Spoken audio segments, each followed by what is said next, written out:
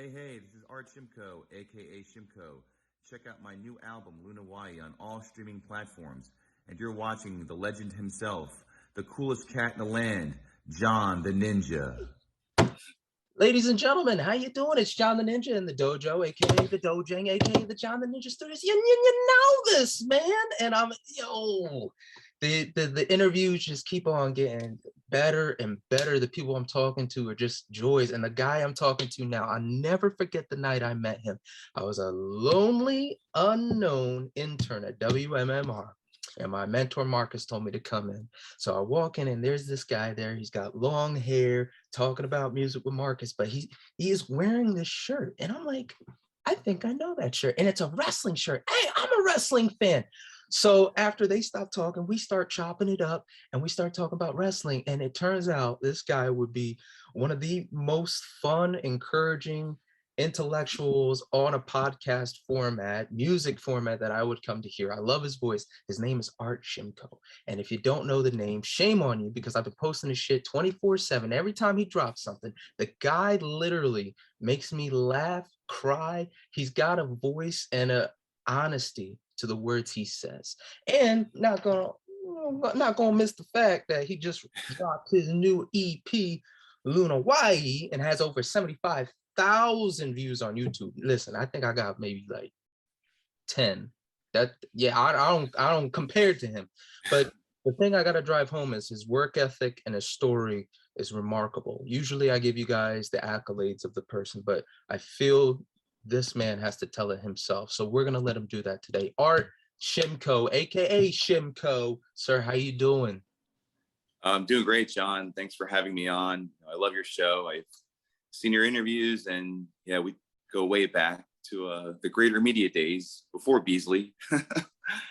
Yeah, it's great to be here, and thanks again. Thanks for having me on today. Appreciate it. Bro, again, I am so the adrenaline, man, especially because you understand the radio aspect. I don't know if you know that I also went to a wrestling school. We're gonna hit that first later. Man, not even speaking in English. That's how excited I am. But let me cut the crap.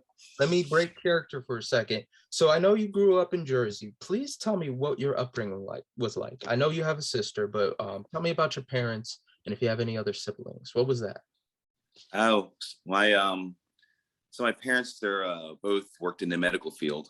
Okay. My father he was a radiologist, X-ray technician. My mom, she was a registered nurse. She was born and grew up in the Philippines. She's like one of like 15 siblings. Grew up on a farm.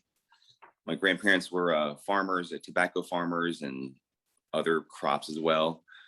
And my mom went to nursing school. She's one of many other siblings who went to the medical field. I have another aunt who's also was a nurse. I have another aunt who's a doctor. So my mom went to nursing school in the Philippines in Manila, and then her and a few other nursing friends came over to the States in like 1969. And actually the first hospital they worked at was in Philadelphia.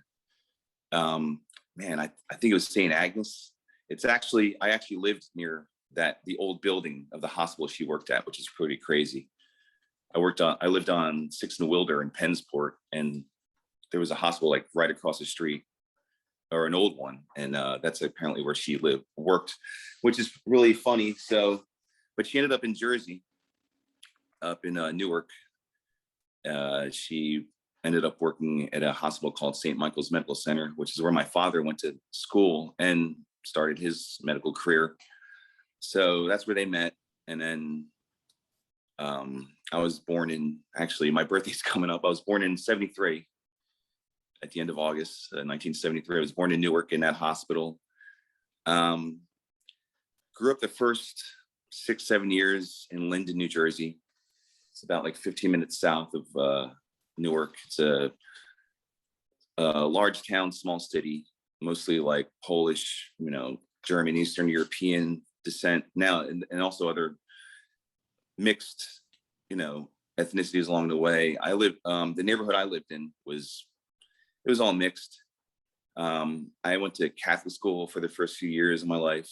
The school was like right next to the apartment complex that I grew up in with my parents. To like go to church all the time, Catholic school. was a real drag, to be honest. I didn't like the nuns. The nuns were very mean. So do you have, I always keep on running into these stories, like everyone that grows up in the Catholic Church has just a disdain for it. Like there's one girl, one wonderful Catholic girl I met. Her name is Mary, and she follows the religion to T, loving, helpful, etc. But everyone else is just F the Catholic Church. So did you have a lot of resentment towards them?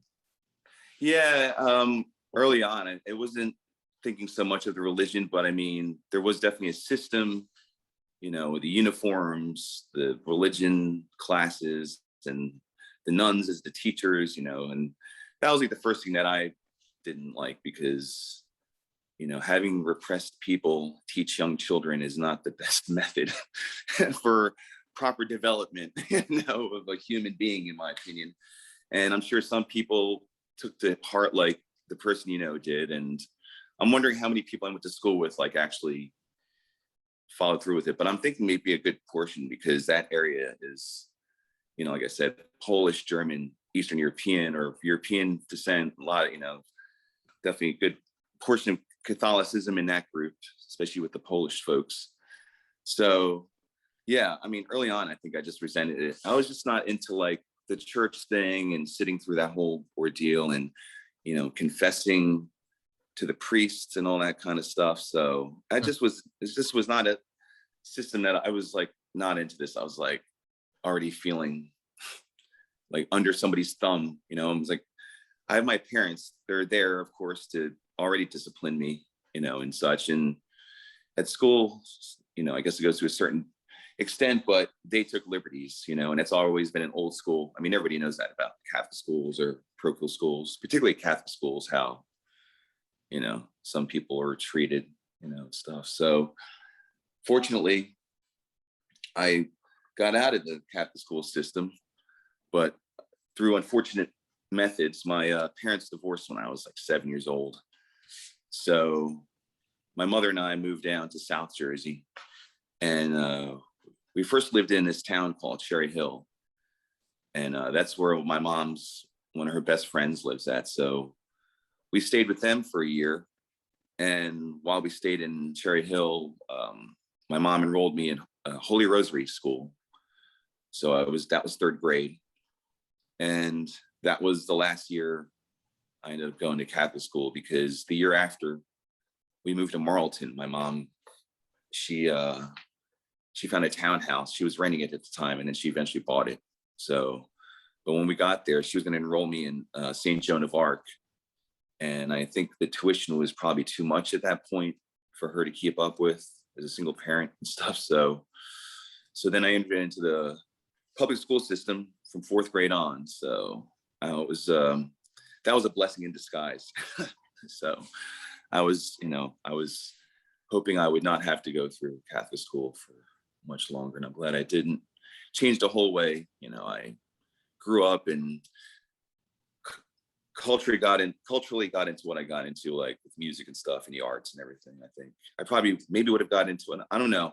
It's hard to even tell or to, you know, think, but I feel like I had a better chance of being exposed to what I eventually, you know, ended up loving with music and stuff, because I was in the public school system for the majority of my education.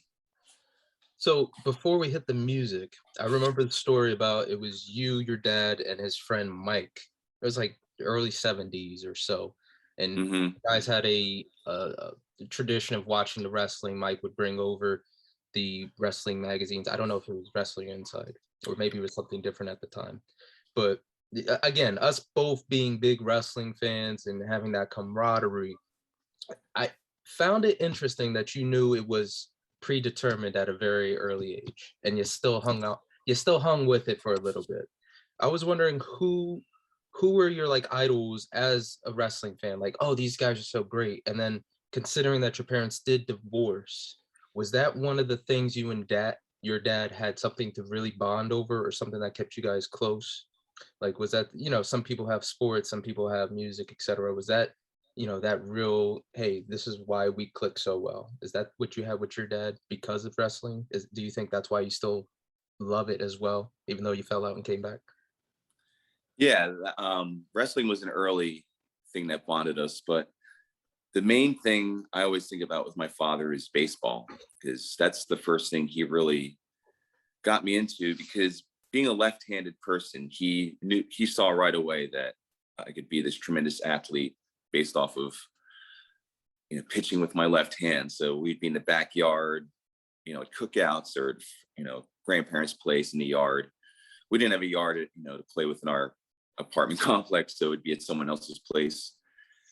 So, I just pitched the ball around, and I don't know, I thought I was, I guess, throwing it okay, whatever. They could catch the ball. That's all I could think, that it was good. And, he kept seeing potential with that. So along the way, he started bringing me to baseball games. So at an early age, it was baseball and wrestling.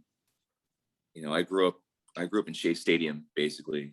I saw a lot of early Mets games, and the fan base would be like, "Oh, you saw the worst era, or one of the worst eras." But to me, it was like the best, because that's seeing it for the first time, just enjoying it.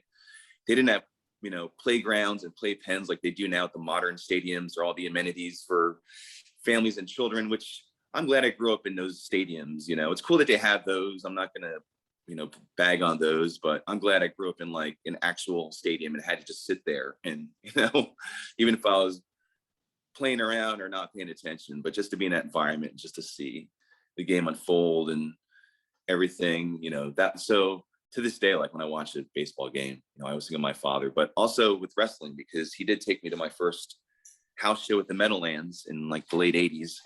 And, I do remember watching, it was WWWF when I was watching it, I remember. And it was like Bruno Sammartino and Bob Backlund and, Billy Graham and Ivan Putski, the Grand Wizard, all Greg Valentine, like all these, like, I grew up watching those guys, and I was like really young to like have any kind of fandom. It was usually hearing, Mike or my dad being like, "Oh yeah, Backlund, he's an amateur wrestler, he's a real deal." For me, it was, Hogan was my first hero. Whatever he's said and done in the last few years, or whatever his reputation's been, like, I can't deny that he's the guy that really got me. He was like a hero for me, and then other wrestlers in that era. And my father's the one that, blew the kayfabe for me with that. He was the one that said, "Oh, these guys, they don't really fight. They're not even really hitting each other. And after the match, they go down to the bar and have a beer with each other." And I'm like, "No way." I'm like, "That can't be." And he's like, "Yeah." He's like, "If they really did that to each other in the ring," he's like, "these guys would kill each other." He's like, "You see the moves that they do to each other?" But yeah, I stuck with it, because wrestling to me, it's like, it's just always been the ultimate. Like, I remember just watching it and being like, I don't see this in any other sport. When I thought it was still a sport, legitimate sport, as far as like with boxing and football and such. And I remember thinking like, and even after like my dad, blew the door open for me, I was still like, you don't see this in other sports, where like they do this kind of like combination of whatever athleticism and the showmanship. And I mean, that you've seen it over time, because they were influenced by like wrestlers like Flair, and then of like Muhammad Ali, like, more sports guys started getting more savvy with being media, it was social media savvy and all that kind of thing, and having a personality. But back then it was those guys, and that made them stand out. And I still thought it was just badass to see, that kind of combination of, sports entertainment. But it's true, it's the athleticism, and then it's the theatrical aspect of it. And so yeah, I always liked it. And even when people thought it was dumb, or you think it's like whatever, it's like, people watch other things that I don't dig or into, but I'm not going to say they're dumb for watching it. I think people have that thing where it's like, "Oh, you think it's real," which we don't think it's real. I mean, we know it's entertainment, I don't know. I got my ass beat, bro. Like, well, I did too. We'll get to that at some point. I did as well. But I mean, as far as like, I always laugh when like, the non-fans are like, "Oh, They're like, you think it's this? And then when they see something, they're like, was that real? And then you just like laugh because they're like, I was like, now you're questioning, you know, what you think that we question us. But yeah, it's a great form of entertainment, and you know, I'm happy that my father introduced me to it. I have great memories, you know, thanks to him. And it was funny when I got back into it. He was like, "You're back? You're into that crap?" It was so funny. Yeah, I remember I said this in the other videos on my first time. First show was WWE Royal Rumble 2004. We were both there.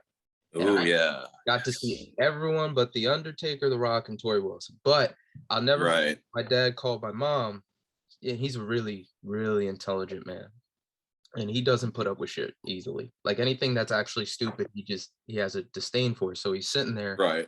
And he's like, Margaret, I'm surrounded by idiots, and I feel like the knowledge is draining from me. They got some jackass in the middle of the ring, wasting beer.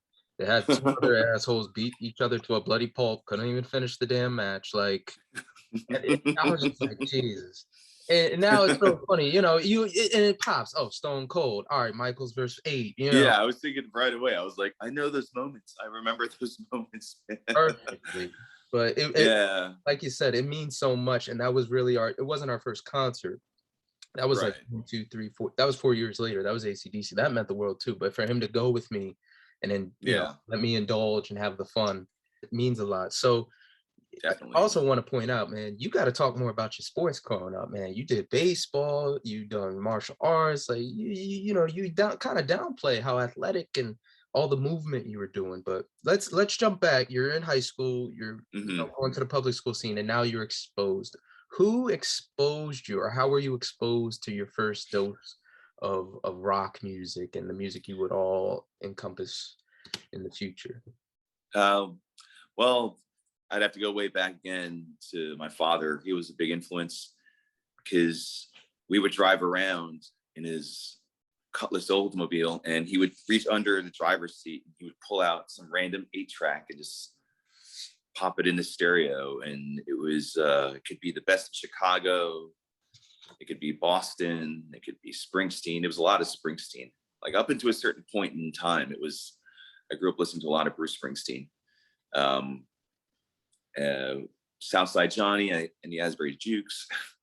Like he had like all these albums, just like a mix of stuff. But it was but yeah, it was all from him. Kiss. I heard like, you know, remember watching, you know, he had a Kiss album. I forget which one he had, but he had an old Kiss album that he played. And I remember watching Meets the Phantom of the Park with him. And you know, we would watch TV, and I remember seeing Bowie doing the Ziggy Stardust.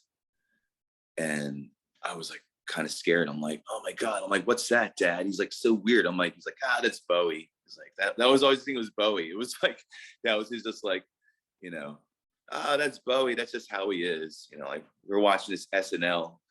I don't remember what song it is. It's like from '83, and Bowie and his band are dressed up in these like German women's like soldier outfits, like dress shirt and like skirts like up to the knee, and like just, you know, bopping around. And I'm like, whoa, Dad. I'm like, they're wearing skirts and dresses. He's like, yeah, that's Bowie. He's always this understanding with it, but he got the ball rolling with me, you know, like he bought me like my first Jay Giles album. It's like Freeze Frame. I love that song. So he bought me the album. My Uncle John bought me my first Rush album, bought me Signals. I wanted Moving Pictures because of Tom Sawyer, but Signals was the new album at the time. And I remember putting it on, and like, I was like, I don't know, 9 or 10 years old, and like Subdivisions, like right away, I remember hearing that song and being like, wow, like this is really cool. Like that was, so I ended up liking that album already. I was like, this is a great record. And then just watching MTV, you know, the early age of MTV. My mom got cable in like 1981, I think. And like that fall was like when MTV started up, and all these other channels like Nickelodeon, which was I think called Pinwheel at the time. It was like all these new channels. We had like 40 channels. It's like, wow, I haven't had so many channels to like pick from, you know? And so MTV was great, man. Like that early, like I love MTV from 81 to like 80, like 5 or 6. And I mean, I still liked it afterward, but like that those like early years, it's like so awesome. Like it was like this, you know, like you've never seen these kind of videos before. Like they've never made videos like this. They'd never done anything like this, a lot of these bands. So, you know, you see a lot of these, like, you know, that's where I saw a lot of bands, you know, that I was like, whoa, like that really got me more into, you know, rock and then listening to radio. But that's where I first saw Run to the Hills. I remember seeing Run to the Hills and I'm like, what the hell is this? Like, it was so like, I'm like, this is crazy. You know, I'm just like, this band looks so, you know, crazy. I loved it. And then they were playing Judas Priest videos a lot in the daytime. So I saw, you know, like, you know, you got another thing coming, they play that, and Turbo Lover, like it was like cool seeing them. I'm like, these guys in leather, like, what the hell is this? I thought they were like a biker gang. You know? So it was cool, man. It was, you know, and then just, you know, you just got all different, like, you know, they played everything back then, of course. So like you got everything, you know, and it wasn't like formatted as much as it got like later on, you know. Mm-hmm. So that was a great exposure. And so that was all early into, and then in middle school when I was 13, I had a friend who was into metal. He'd gotten into metal, I guess, like the previous year or whatever. And I was like, oh, I want to check that out. So he made me a tape. One side was Anthrax Among the Living. Hey. And then he's like, oh, I have a filler side. So he put Led Zeppelin 1 on the other side. So after going through Anthrax, I'm just like, I put this on and I'm like, the organ starts. I'm like, what's this? And it's like, and then after the ad album was done, I was like, yeah, I love those guys too. So yeah. And then it just went from there, which we can go into later. So did you, once you were into the music, did you start trying to learn to play music, or did you have like, hey, you know what, I really want to do the drums or the vocals? Like as soon as I got caught on AC/DC, I was like, I need a guitar. And it was a battle to get one, but you know, you automatically want to start doing it. So what did you gravitate? What was your instrument of choice once you figured out, hey, this is for me? Guitar as well. Yeah. Yeah, I saw every person I saw with a guitar on videos, or in photos, I was just like, man, I'm like, that's so fucking great. I got to do this. You know, this looks so cool. So I don't know where I got it from. I think my aunt had an acoustic guitar, and it was like a classical guitar kind of setup in the headstock, like, you know, how it looks with the classical. It was like, so since I'm a lefty, they switched to strings. Of like turn the guitar upside down, and they switched up the strings. And I remember Marlton Middle School, I don't know how we found out about it, but there was like guitar lessons being taught there. Like it was like group or something, I guess, because a bunch of people showed up. And I remember like going, I was so young, man. I was like, it should have just been like a one-on-one kind of thing. Like I remember going and I was just like, you know, they show you the stuff and I'm like, I'm at home trying to like practice. And I just didn't have the initiative at the time. Like I just was like, you know, I'm like trying to practice, and I'm like, I want to go out and play. My mom's like, you should practice, and I'm just like, I'm gonna go out and play, you know. So then that didn't happen for a long time. You know, it wasn't until like my early 20s when I just got a guitar, bought a chord book, and I didn't even switch the strings, man. I feel comfortable playing right-handed because right hand is just a strum hand. Like I'm just strumming with the hand. I mean, I know you got to put some like power, but like the left hand is like what I really want. It's such like my power hand. So I want to use that to like make the chords or the scales or the, you know, I just felt comfortable that way. So I remember like trying to like play lefty, and I was like, my right hand is just like, yeah, I'm not having it, you know, trying to make these like chord shapes and stuff. I'm like, all right, well then you strum, and then lefty will do the chord work. So just self-taught, you know. But still, man, think of like there's a couple of times you hear musicians have to force themselves to be ambidextrous, especially for like cover bands. Yeah. Like somebody playing, you know, Paul's part for a Beatles cover, and it's like, well, he's a lefty, you better learn how to play lefty. It's like, well, all right, cool. But I find that very fascinating that you're able to do that. So since you do play, who would be the guitarists that you take your style from mostly? If you had to pick three, or even if it's just the one, like, hey, use your end all be all, this is the template for what your playing is. That's really interesting because there's a lot of guitarists whom I admire, but I don't really have one that would say like I'm emulating this person's style. I mean, if I play like a very chord-based style, it could be like, well, you could be playing like a Johnny Ramone kind of vibe or something, or whomever, there's guitarists I like who maybe I can't like emulate their style too much. I always like from the alternative era, like Billy Corgan was always like my favorite guitarist. I always like how he played, like, there could be a bit of a slight sloppiness to it, but like it was like not like a haphazard, like, oh, he's biffing, like, it's meant to be kind of thing, like it's the part of the style.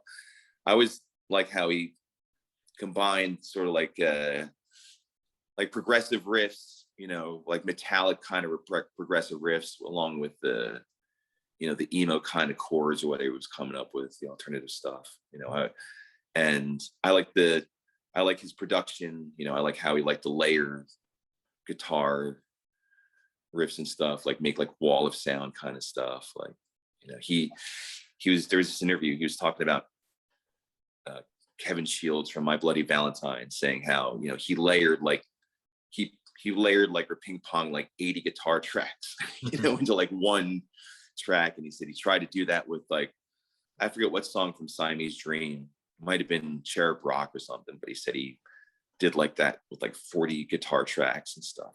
So I used to try to do that on my 4-track. I mean, it's a 4-track, but you can only do so much, but I tried to like do that. I think I tried to emulate more like kind of like his production techniques or stuff that he talked about production wise, if anything, like riffs, it's like it could almost just be like an open source of like whom I pull from. But I was always more fascinated with like the production of like, oh, they produce it this way, or they do it this way, or like that's kind of what I always want to kind of strive for with music.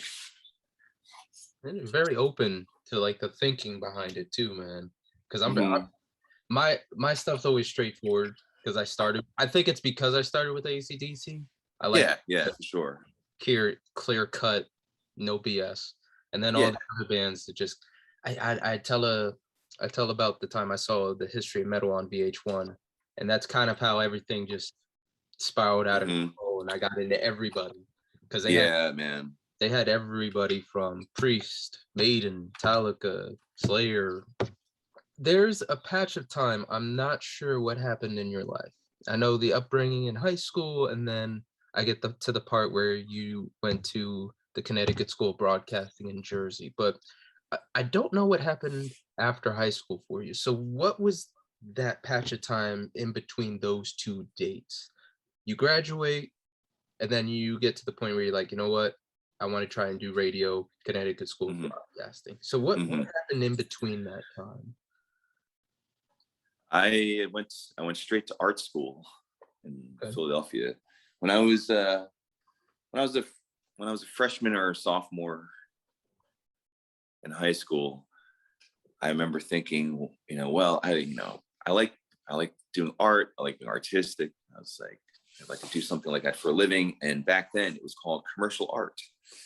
And, the Art Institute of Philadelphia had a commercial art program.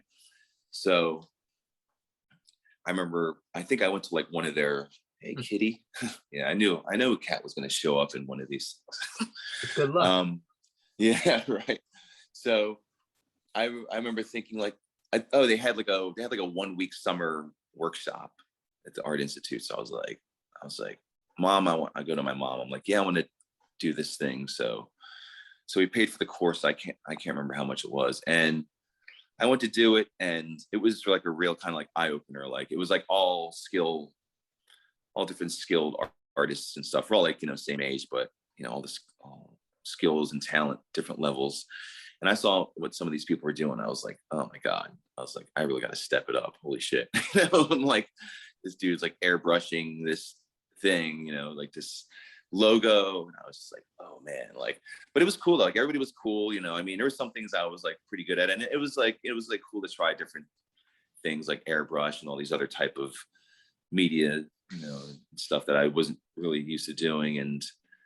But I remember thinking though, I was like, yeah, I'm like, I think I want to do something like commercial art or whatever it is. And then it became graphic design. So I did like a college prep course in high school. It was like art major, I think they called the course. And there was like art major 1 and art major 2. But I think by senior year, I only did, because I did like art 1 and 2 and 3, whatever, like the first couple 3 years. And then when I really decided to do like, go for, major, I was like, okay, I'm going to go for art major 1, and I got in or whatever. So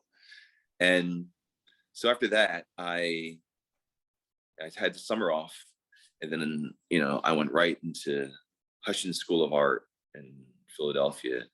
I remember going for like an interview to like to see if I get accepted. I had to bring my portfolio and everything, and they were like, yes, looks nice. You're a real nice illustrator. You're kind of a design illustrator. And I'm like, what's that? So, but they liked my stuff. So I wanted to go to University of the Arts. They liked my portfolio too. And they said, they would I'd be accepted based on my portfolio. But it was like $15,000 a year at the time, which is like nothing now. But in like 1991, 92, 15,000 was like a lot for my parents for a year. Mm-hmm. So I went to Hushin because one of my teachers had talked about it. She goes, oh, I had a student that went to Hushin School of Art. She does really well. She liked it. And I was like, all right, well, I'll check that out too. Their tuition was like half the price. And I was like, yeah, sure. I'm like, I'll go here. I'm like, they like my stuff too. And, if their tuitions are reasonable enough for my parents and stuff. So kind of fought tooth and nail to get into that school. My mom wanted me to do community college for 2 years and transfer. And I was like, no, I'm like, I have to do this now.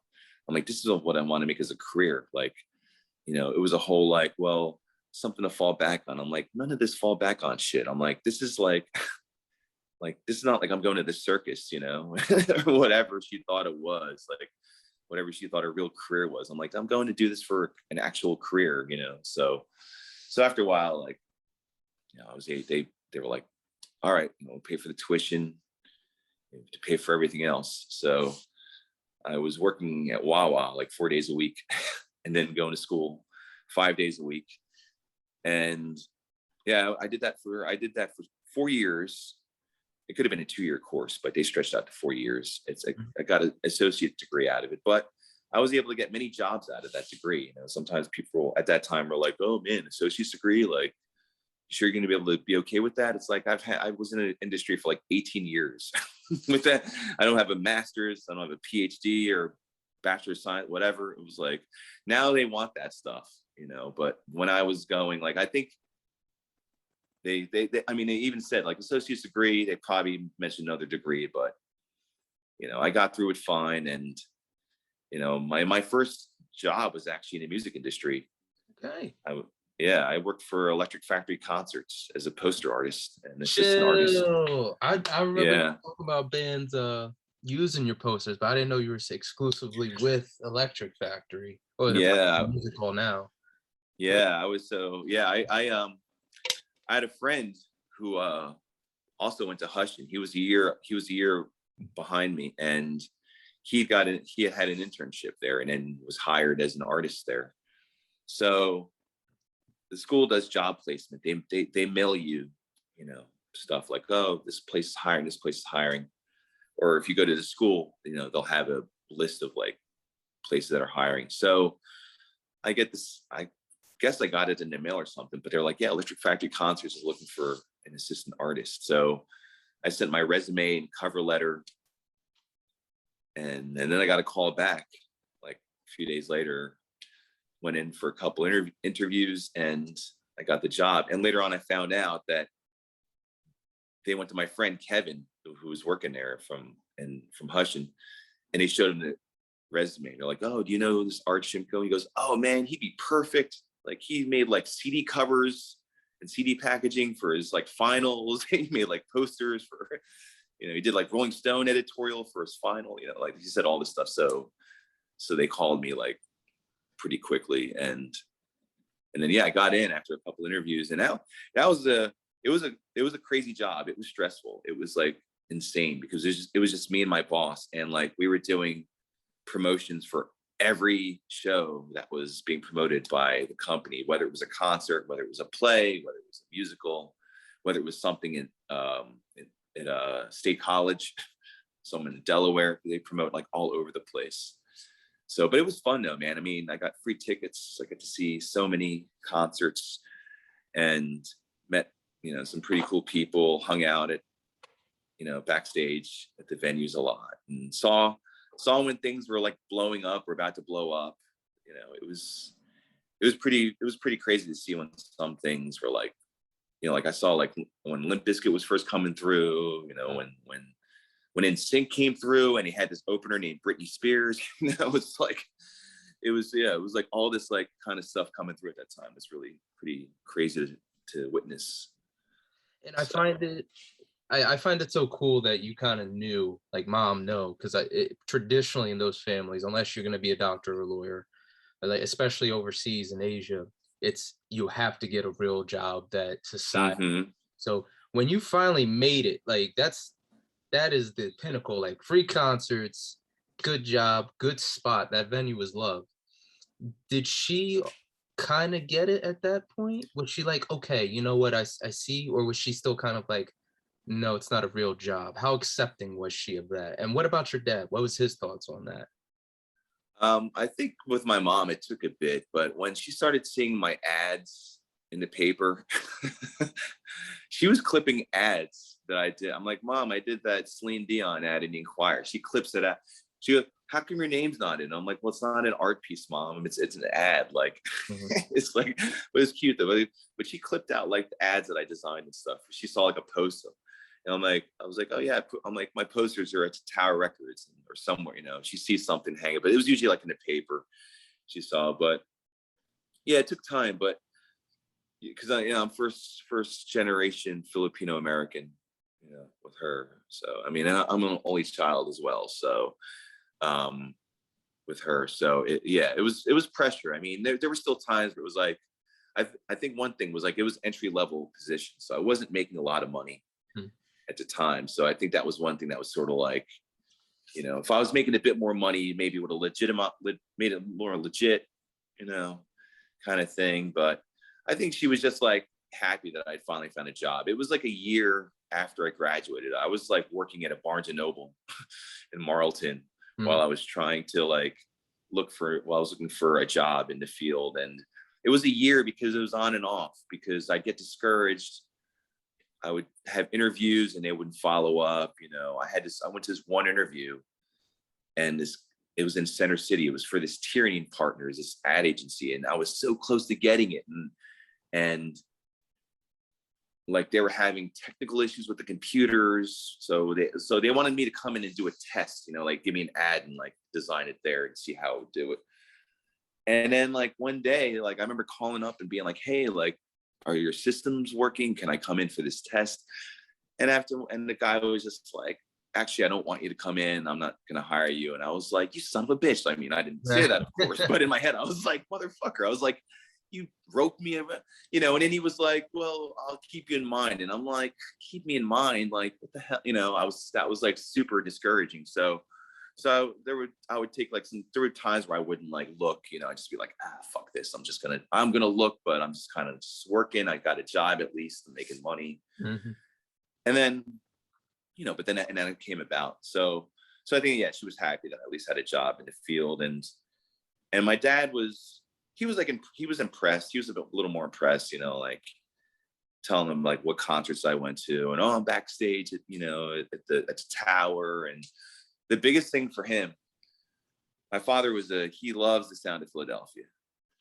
He's a big Gamble and Huff fan. Like that's another thing I grew up on. Like, that's why I think I like dance music and disco so much in my later age, because I just learned to really appreciate it more. And stuff I hear in modern music, I'm like, you know, like when I hear like Daft Punk, I'd be like, oh man, I hear stuff I grew up with, you know, like right away. And so he loved that stuff. He loved like, you know, when I go to the Phillies game and I hear that, you know, ain't no stopping us now. Like, I think of him, you know, like I totally think of him, man, because he just loved that, you know, he loved that group. He loved all those groups, man. And he told me about Sigma back in the day. Like I learned about Sigma Sound Studios through him. You know, he's like, oh, you know, that's where Bowie recorded. That's where all these guys record. You know, the Sal Soul Orchestra. Like he just, you know, all these bands and all these groups.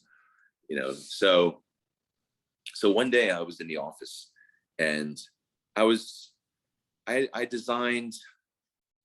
I'm trying to think. We would do commemorative shirts for like an artist and their crew. So like, I don't know, I think like Billy Joel like was playing his like 50th show or something at the Spectrum or something at the time. So like they wanted me to make a commemorative, you know, Billy Joel 50th show and, you know, the years he did it and all this stuff. So I made this design and I showed it to the boss's secretary, and she's like, oh yeah. And she goes, go up and show Larry. So I go up the spiral staircase up to this office, and there's Larry Magid, one of the big co-owners of Electric Factory. If anyone knows Philadelphia music history, Larry Magid's a big fucking name.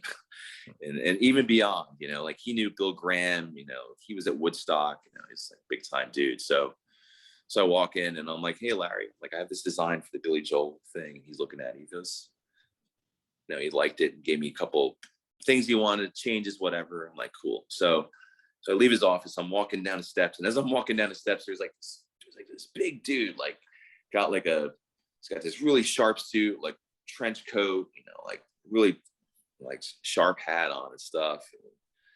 And I'm like walking down the steps and I see him, and I think he was like, oh, hey. And I'm like, hey, what's up or something. And I was like, I don't know. I don't know if I said like, nice to meet you, whatever. It was just like a real casual, like, hey, hello kind of thing. And the secretary is like, oh yeah, Mr. Gamble, Larry's ready to see you now. And he like walked up the steps, and I'm like, who's that? And my secretary was like, oh, that's Kenny Gamble. And I'm like, Gamble and Huff? And she's like, oh yeah. And I'm like, oh, that's awesome. He seems like a really cool guy. So like later on, I'm talking to my dad. He's like, oh, you know, you met anybody? And I'm like, yeah, I met Kenny Gamble today. And he was like, what? Like he just like lost it. Like, oh my God, he was like freaking out. Like, you met Kenny Gamble? Like Gamble and Huff? I was like, yeah. I was like, oh man, that was the most impressed he'd ever been. I ever heard him be with me in a long time or whatever. Like, and he was just like, oh my God, you know, to the point where like he always asked me like every time, is Kenny Gamble there today? And I'm like, no, Dad. Like, he just came for a meeting. He's got his own office, I'm sure. You know, like it's like, but he's like that. And then he asked me if I like see other people, but it wouldn't be anybody he would know. Like, did you see anybody? And I'm like, yeah, I saw Mo. I saw Al from Mo. I was like, who's that? You know? Yeah, I saw the bassist from. It was a cool gig, man. Like I would design posters, and I designed posters for like upcoming shows. And they're like, okay, this artist is playing tonight. He likes your factory. We want you to get 500 of these posters made and put them up at the factory. Got to dress the venue. So I would go do that. And then sometimes I would like end up hanging out at the venue like for a while. Like I remember one time I was in the box office and like I was friends with the manager. And I was like, man, I've just finished putting up the posters. It was like 2 hours or something. She's like, oh, you should go back in catering. I'm like, oh, really? So like I go back and like I got to go to catering. I'm sitting with the production crew. You know, there's like a green room or something like where everybody's chilling. Or I forget what band's in there, but they're like passing joints around. So I'm like laughing as I walk by. I'm like, oh, I want to go in there, but I'm not gonna fuck anything up for anybody. You know, so it's just cool to see. So, but that was cool to see that. And then like all like the phone core posters, I made a bunch of those. You'd see like old ones like all along the walls, like in the back of the venue and stuff. And yeah, that was such a great venue, man. I had like a lot of great memories. I remember making these. I had to make these signs. There were two artists when I was working there that requested these signs because back then you could smoke in the venue. You know, it was like late '90s, you know, early 2000. You can mostly late '90s. Yeah, you could smoke in there. So when Paula Cole played a show and when Fiona Apple played a show, they each requested signs that said, "Artist request no smoking in the venue, please." So my best friend Jen, who lives down here in Austin, from Philly, and she loves Fiona Apple, and she was at that show, and I wasn't at the show at that point. Like I had left. I don't know. I went to another show probably or something, or I went home, and I was talking about that. I was telling that story about making those signs, and she's like, "Oh my God," she goes, "I saw those signs." She goes, "I saw those signs all over." She goes, "You made those signs?" I'm like, "Yeah." She goes, "So that was our first connection. We didn't even know." And I'm like, "Yeah, I guess." You know? Is that how you guys met? Because like, you know, you guys have been everything on social media, best friends. Her and her man let you stay over her house a lot. You know, it's like, how did you guys really meet? Was that moment? We didn't meet each other then. Like we didn't know each other then, but we were laughing about. She was kind of making this like half joke, but also being like, "Oh wow, so I saw the signs that you made," and I'm like, "Yeah," and I'm like, "You probably saw the posters I made as well." So she was making that connection, like, "Oh, so like we had this thing before we had this thing." So we met like we actually this summer. It's 13 years ago this summer that we first met, and me and Jen met through my ex-wife Hanna, whom I'm also still friends with and in contact with, but Hanna had a lot of girlfriends, and Jen became her latest girlfriend. They met first, and then one day I came home from work. Like I come home from work, I turn on the TV, and I start smoking and stuff, and like one day she comes over, and I'm like, "You must be Hanna's friend." And she's like, "Yeah, I'm Jen." And I'm like, "Yeah, I'm Art, whatever." And like I see her come over time to time, and I'm just like, "Yeah, she's cool." I'm like, one of Hanna's friends, whatever. And they got like pretty close friends. And then this one day, like me and Hanna, we had these like standing halogen lamps, like that I bought at Staples. Excuse me. And we had them forever. And like one I had in the corner, I didn't use much. So one day Hanna says to me, "Oh, Jen needs a new lamp. I need you to bring this over to her place, and then, come back, whatever." And I'm like, "All right." So I go over, and there's Jen. She's like organizing stuff in her place. I'm like, "Yeah, Hanna wanted me to bring this lamp for you." She goes, "Oh, thanks." She goes, "Oh, you want to stay for a bit?" I'm like, "Yeah, sure." She had like a lazy boy chair. So like I just sit there, and she's just like cleaning and stuff. And this became, little did I know that this interaction, like this specific interaction, like has become like a big part of our life, which I'll explain in a bit. But yeah, we just started talking in like 3 hours. Like we just started talking and stuff. Like we had like similar like upbringings. I went to Catholic school for like a few years. She went to all girls Catholic school for like 12 years. She's from Southwest Philly.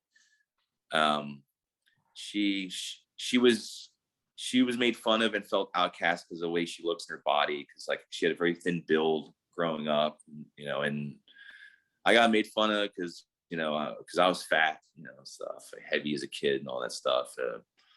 I got into metal, she got into goth and like punk, but mainly like goth. So we had like our subculture kind of, things that we got into. So, and like we're both very artistic, she's like super artistic. Like I haven't posted them in a while, but I used to share her paintings a lot and stuff. Like she loves to paint and she likes to sing. And actually I'm like, I have to make a song for her because we've been wanting to do music together for a long time. So, but we started getting close. Like me, her, and Hanna, like we became kind of like a family unit kind of thing in a way, like, because they got like super close. Like Hanna's like very maternal and stuff, and she never had children. We never had kids. So, and Jen's upbringing, the way she had her upbringing, she was very independent from a very young age. So she sort of like, she gravitated towards Hanna, like with this, like towards her maternal, ways and stuff. So like they were friends, but like super close, and she had someone that she could talk to and confide with, and feel, have that relationship she missed out on for years, like with her own mother and stuff. So yeah, and then we just like, we just support each other, been there for each other, just just the relationship just like grew and grew and grew. It just got closer and closer, and understand each other, we get each other, you know. Definitely hard nowadays. I don't know when the shift changed where people can't just be friends with the opposite sex, but it's remarkable to still have somebody you're still close with. Like I have a couple of friends, you know, I grew up with them, second grade, you know, Yeah. school. And then I have my college friends or people I met like 2017, 16. And I have not slept on how fortunate you are as a person to have a good friend that holds you down. How did you end up meeting Hanna, and what happened after the Electric Factory? Because I feel like we're almost there to the Connecticut Oh yeah. broadcast. Yeah. In 2000, okay. By the time I met Hanna, I was out of Electric Factory. I was there for about a little less than 3 years, I think, full time, and then I did some stuff for them part time. But after Electric Factory, I worked at a print shop, or they called it a service bureau. It was a place called Ridgway's, which was on Arch Street, which was actually not too far from where Huston School of Art used to be. When I went to Huston School of Art, it was across from the Trocadero, which was a really interesting location before we moved to Center City. And then down the street was Ridgway's. So I worked there for a year. I needed a break. Like I was really getting stressed out at the Electric Factory. It was very demanding, and like we didn't get any like interns for a long time. Like I don't remember. We didn't get an intern. Like they got an intern after I left. Which like really, I was happy, but I was annoyed because I was like, we could have used that. You know, I was like so busy. I just got so burned out because it was like really doing like everything, man. It was like I said, like, you know, like in one day you're designing posters and foam core ads, and then you're taking it to the venue, and then you're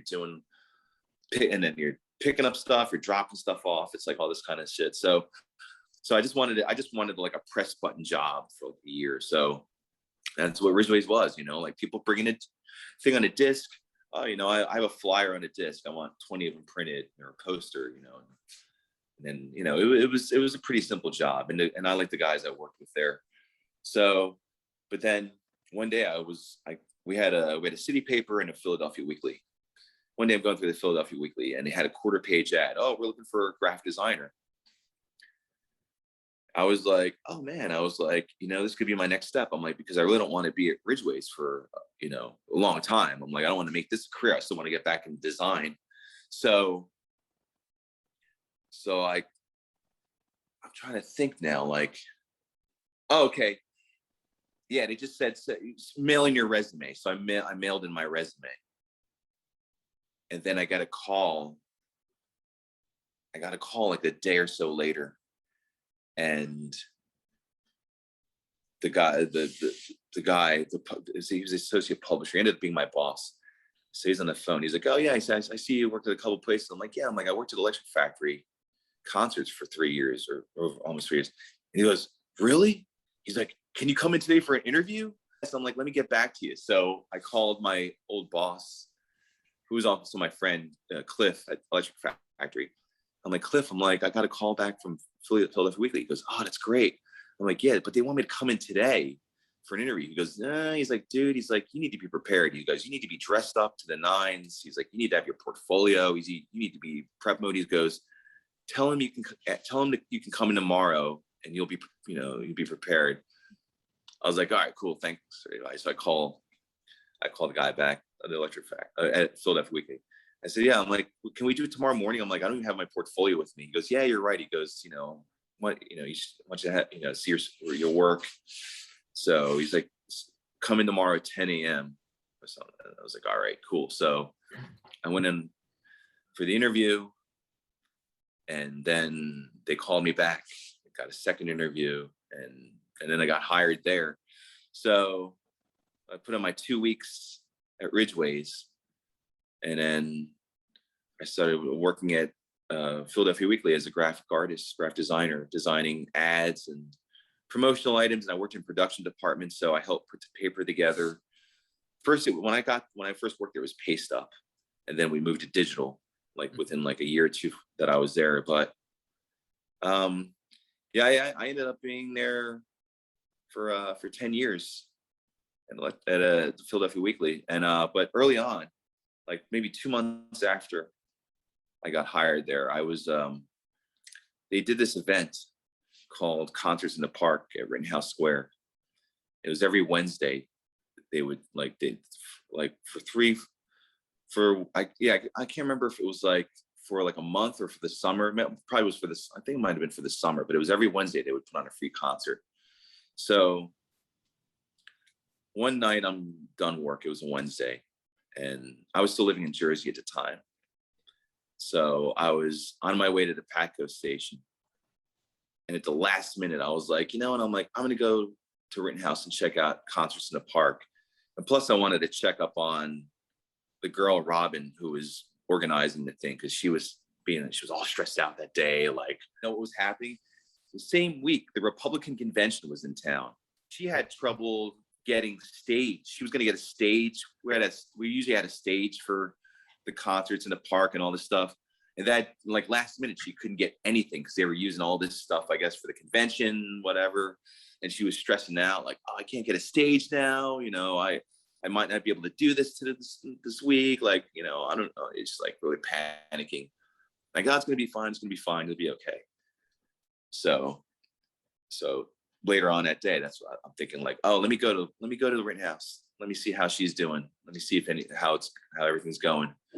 So I go down there, and like they had like this like tiny like little like low. It was a very low makeshift stage. It was like barely off the ground, but it was something, and bands playing, the Robbie Folks band or some kind of like countryish band. And I'm looking over, and I'm like, "Where's Robin at?" I'm like, "Gosh," I see one of my coworkers. I'm like, "Where's Robin? How's she doing?" They're like, they point over. I look over. She's just like, she's got like a bottle of wine. Like, yeah. And I'm like, all right, she's doing good. Everything's working out, So, and then so I'm like, I'm in the crowd, and then like I see this really cute woman like kind of dancing on the side, whatever. And I'm looking at her, and then I'm looking at the band. I'm not like really paying attention. And then she kind of comes over like towards me, and like slowly. And then like she just like grabs me and just like pulls me like onto the dance floor and just like starts like dancing and stuff. And we introduce ourselves, like I'm Hanna. It's like, I'm Art. It's like, I work for the paper that's doing this whole thing. She's like, really? Like, and then we danced like a few like numbers and stuff. We did like a slow dance. And like I'm doing like the motion, and like I face over and I see my coworkers, and they're just like, oh, like give me thumbs up. It's like, yeah, so it was nice. And then so we exchanged numbers at the end of the night, and then I think she called me first. And I had a business card, because I remember when I got these business cards made for me, and like my friends I gave them out to my friends. It's like, oh man, they're like, you should give that to a chick, like if you ever meet a chick. And I'm like, that's corny as shit. But well, I gave her my card, because I'm like, yeah, here's my number. Like, I remember I think I also wrote my home number on it, because she wrote her number down on something and gave it to me. Then I wrote my number on the business card. I'm like, here's my work number. It's my home number. So I think she called first, and then we met up for a date. We went to Alien's restaurant on 4th and South. That became our restaurant after a while. Like, we went there for our first date, and then we went all over South Street and stuff, just hung out. Oh man, you're gonna like this story. So we went to Penn's Landing. So we're sitting at Penn's Landing, and across the way, I can hear Iron Maiden. Hey. Because it was Iron Maiden. I think it was Iron Maiden, Judas Priest, and Motorhead or something was playing at now it's the Susquehanna Bank Center. Back then, I think it was still the Sony Blockbuster Entertainment Center. So that's in every kind of center. Twitter. Yeah. BB. Yeah. I think it was still the Sony Blockbuster Center. But I remember we're sitting there, and I could hear them, and I was like, whoa, I'm like, you hear that? She goes, what's that? I'm like, it's Iron Maiden. I'm like, it's one of my favorite bands of all time. I'm like, those guys are awesome. And she was like, and we sat there for like a while. Like, we were just like sitting like in each other's arms, like on this like one of those like concrete kind of bench things they have like right on the water. And she's like, oh, that sounds great. I'm like, yeah. I'm like, these guys are awesome. And I'm like thinking, oh, she already likes Iron Maiden, or think they sound good. I was like, this is promising, So And she lived in West Philly. She had an efficiency, like on the top of a house on like 43rd and Pine, I think. And so I started staying there. We would meet after work. She worked near Liberty Place, so like we'd go up to the food court after work, and we go to Hibachi Boy, and like they had like 30% off, like stuff that they didn't sell, like, you know, by the end of the day, like, oh, 30% off this stuff before we dump it. So like, we'd buy all that stuff, and like we'd eat dinner there, and then we'd go back to West Philly. I'd stay with her, and then come back for work. I did like 4 times a week, and then I'd be like, I got to go back to Jersey. She goes, oh no. And I'm like, yeah. I'm like, I got to see my boys. I'm like, I need to see my friends, and I need to get some stuff, you know? So I'm like, I need to re-up on some stuff. So, you know, I'm like, and then we moved in together, like early 2000, July 2001, I think we moved in together. We found a place at, on 6th and Lombard, like right off of South. That was a fun spot, but it was crazy. It was so fucking loud, man. That's when Hummers were the thing. I'm in my living room and I got the windows open. I could hear like, like all these, it's like weekend traffic, especially, like, you know, like they're all waiting to turn on to like South, or like go either turn on to South or like go further down. And you're just like, dude, you're like, oh man, it's like so loud. Like I'd hear so many drunk people outside sometimes. I remember this drunk guy yelling at a stop sign, like outside my place this one time. It was just like, dude, like I'm watching TV. I'm there with my cats, and I hear like, oh my God, dude. You know, and I look out, and like I have my windows like cracked open. I'm like staring out, and I see this guy just like, oh, he's like, you're literally yelling at the stop sign. And so I'm like, I'm like, hey, and he looks at me, he's like, what?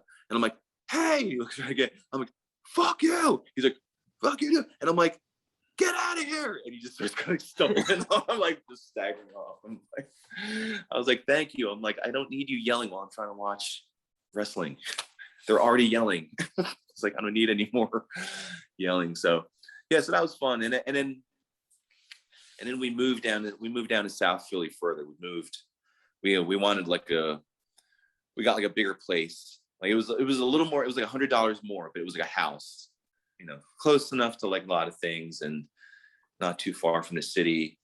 And that's where we met Jen, because she lived like right around the corner, like literally just like 5 minutes, like right around the corner from our place. So we were very close in proximity. I mean, we have a lot of same friends, and I'm surprised we didn't meet sooner, because we ended up realizing we had so many mutual friends. Like we'd bump into, like, oh, you know this person? Oh, you know this person? Like, you know, oh yeah, I know this person for years. Oh yes, I known him for a long time. It's just like, so, but like, you know, we met when we met, and it was like such a really, I mean, it's always been a great time with her, but it's like, it's always like fun thinking about like those early times and stuff.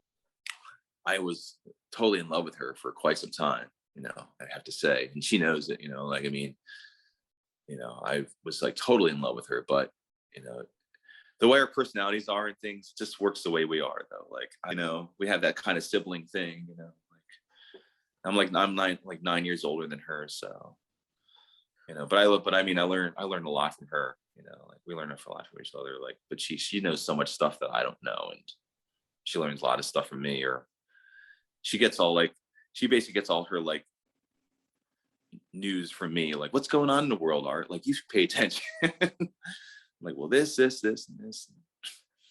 So, but yeah, I was at the Philadelphia Weekly for far too long. I was there for 10 years. I should have been there for probably 5, but I was there for 10. I was starting to really get fed up with the place. I mean, probably by year 7, I was getting really fed up with how things were being run and stuff, and how cheap they really were and all this kind of shit. And like they acquired 2 other publications. They acquired South Philadelphia Review and this Atlantic City paper called Hoot, which they ended up calling Atlantic City Weekly or something. So we had all this extra stuff to do, but wasn't getting any extra money for it. And so like the year before I left, they canned to my boss. They canned to my production manager, and he's the guy that like brought them into digital. He's the guy that set protocols. He's, you know, it was a shit show for a while, like in the manager position in that department until he came around. He really stabilized it. and solidified it. And then they fired him, like, budget reason. That was always their thing. Oh, budget, budget reason, budget cut, whatever bullshit thing. So the worst is they did it on my vacation. That sucked. And it already sucked because I was sick on my vacation. Like back then there was this thing called swine flu. And that was some real shit, man. Like there were 2 people in my office that had it and like didn't tell anybody until afterward. It's like, you didn't tell anybody? I'm like, when I got sick, I like thought right away, I must have got it from one of these 2 because I worked closely with these 2 people. Like they're like at my desk, like, oh yeah, this, like kind of shit. So I was like, oh man, I probably got it. It was like August. And I had the flu in August. Like if you're ever sick in the summer, it's the worst. Mm-hmm. Like I'd rather, if I'm gonna be sick, it's in the winter. Like, and when you got like 100-something degree fever and it's like hot out, it's just like, oh, it was the worst, man. I just had to rest it out. And so like one day I'm in bed and Hanna's like has the phone, just handed me the cordless phone. It's Matt from the weekly. And I'm like, what? I'm like, why are they fucking calling me? I'm like, it's my vacation. I'm like, they better. I'm like, and I should have known better. I'm like, he would never call me. Like this guy, Matt, my friend, my coworker friend, he would never call me like on my vacation unless it was something like huge. And it was, because I was like, I'm like, tell him I'll call him back. He goes, no, he needs to talk to you now. And I'm like, fuck. I'm like, all right. I'm like, yeah, what is it? What's up? He's like, and he's like, I'm sorry. He's like, I wouldn't call you any other reason. He's like, they just fired Paul. And I'm like, what?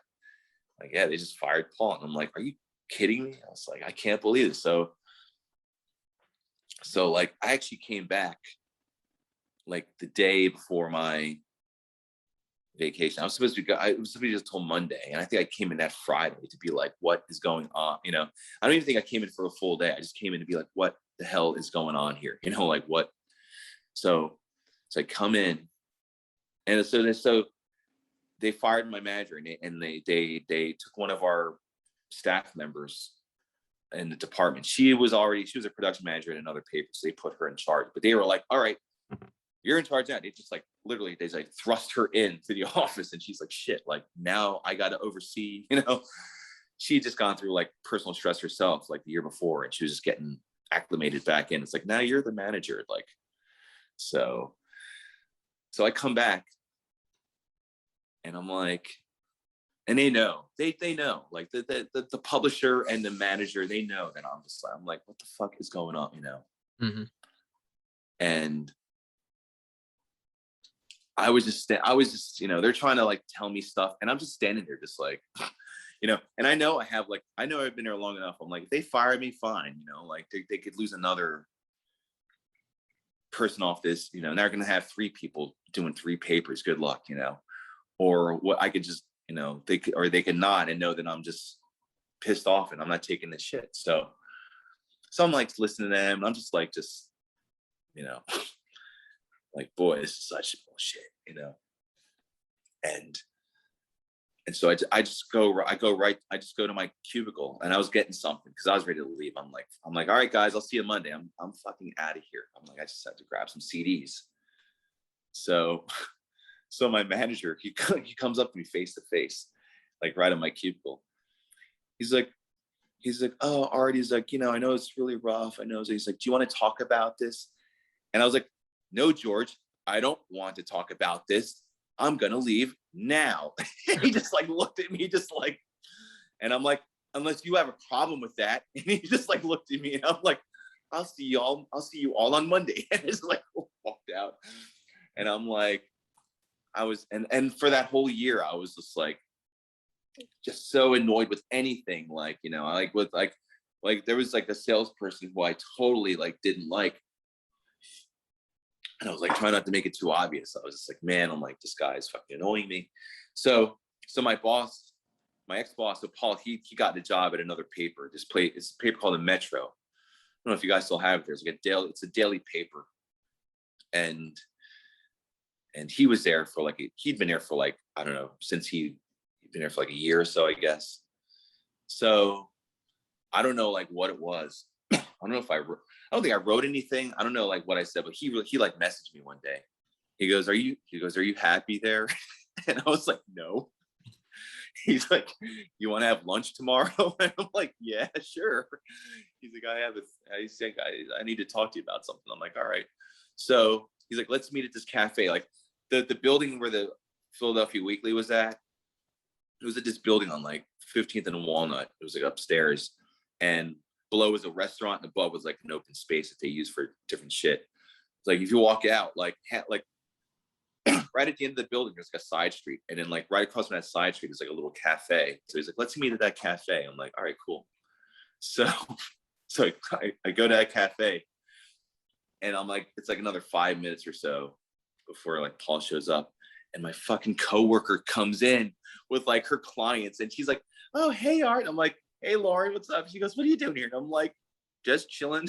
She's like, oh, cool, I have a meeting here. I'm like, great. I'm like, fuck. So I was like, actually, I'm like, I left something at the office. So it's just like, so like, you know, how do I make this not obvious? So like I go at the cafe. I'm like standing right out the door, like right against the wall.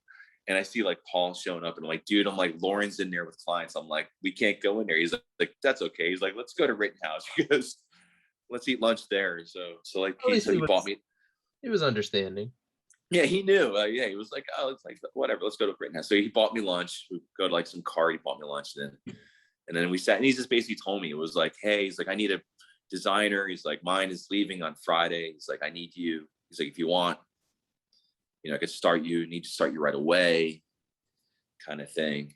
So I was like, all right. I was like, yeah, I'm like, I'm ready to leave this place, and I'll leave them the way I've seen them treat other people, you know, like, because normally I would do the 2-week notice. I always do my best to do the 2-week notice, you know, out of respect and whatever. That's how you do it, you know, but sometimes someone needs you. You got to do it, you know, and you got to think for yourself, and you got to be like, you know. So I went home and I talked to Hanna that night. I'm like, oh, Paul, I met up with Paul. He wants, you know, he's asking me to come aboard, leave the weekly, blah, blah, blah. I'm like, it's gonna be a little less money, but, you know, but I think it could be better. And, you know, raise will be, you know, get a raise at some point. She's like, yeah, I support this. She's like, I know you've wanted to leave for a long time, so, you know, you can get going. So I left. I remember, so I went into my manager's office, and I'm like, Diane, I'm like, I love you. I'm like, but I just got hired. I'm like, I'm putting in my notice. I'm like, I just got hired at the Metro. I'm like, and I start Monday. I'm like, so tomorrow has to be my last day. It was like so quick, dude. Like he talked to me Wednesday. I thought about it Thursday, and then Thursday night I gave my notice, and I was like, tomorrow has to be my last day. I got to start Monday. And she was just like, oh shit. I'm like, yeah. I was like, that's how it is. I'm like, that's what I'm like. I'm like, they need me. I'm like, they need someone, like, because they're a daily. Metro is a daily. I'm like, they need me to start Monday to like get this. Or else they only have one. They don't have any other designers or anything. So, or one. They have like a production manager. That's it. So I gave my notice. Left there, started at the Metro. Things were like okay, not going as good as I thought they would, but it's a job, you know, and I know some people there from the weekly, and I'm with my old boss again, my friend and stuff. So I don't know, man, around this time, I was listening to The Fanatic. Became a real big fan of The Fanatic. And I liked Tony Bruno and Harry Mays. I like that team.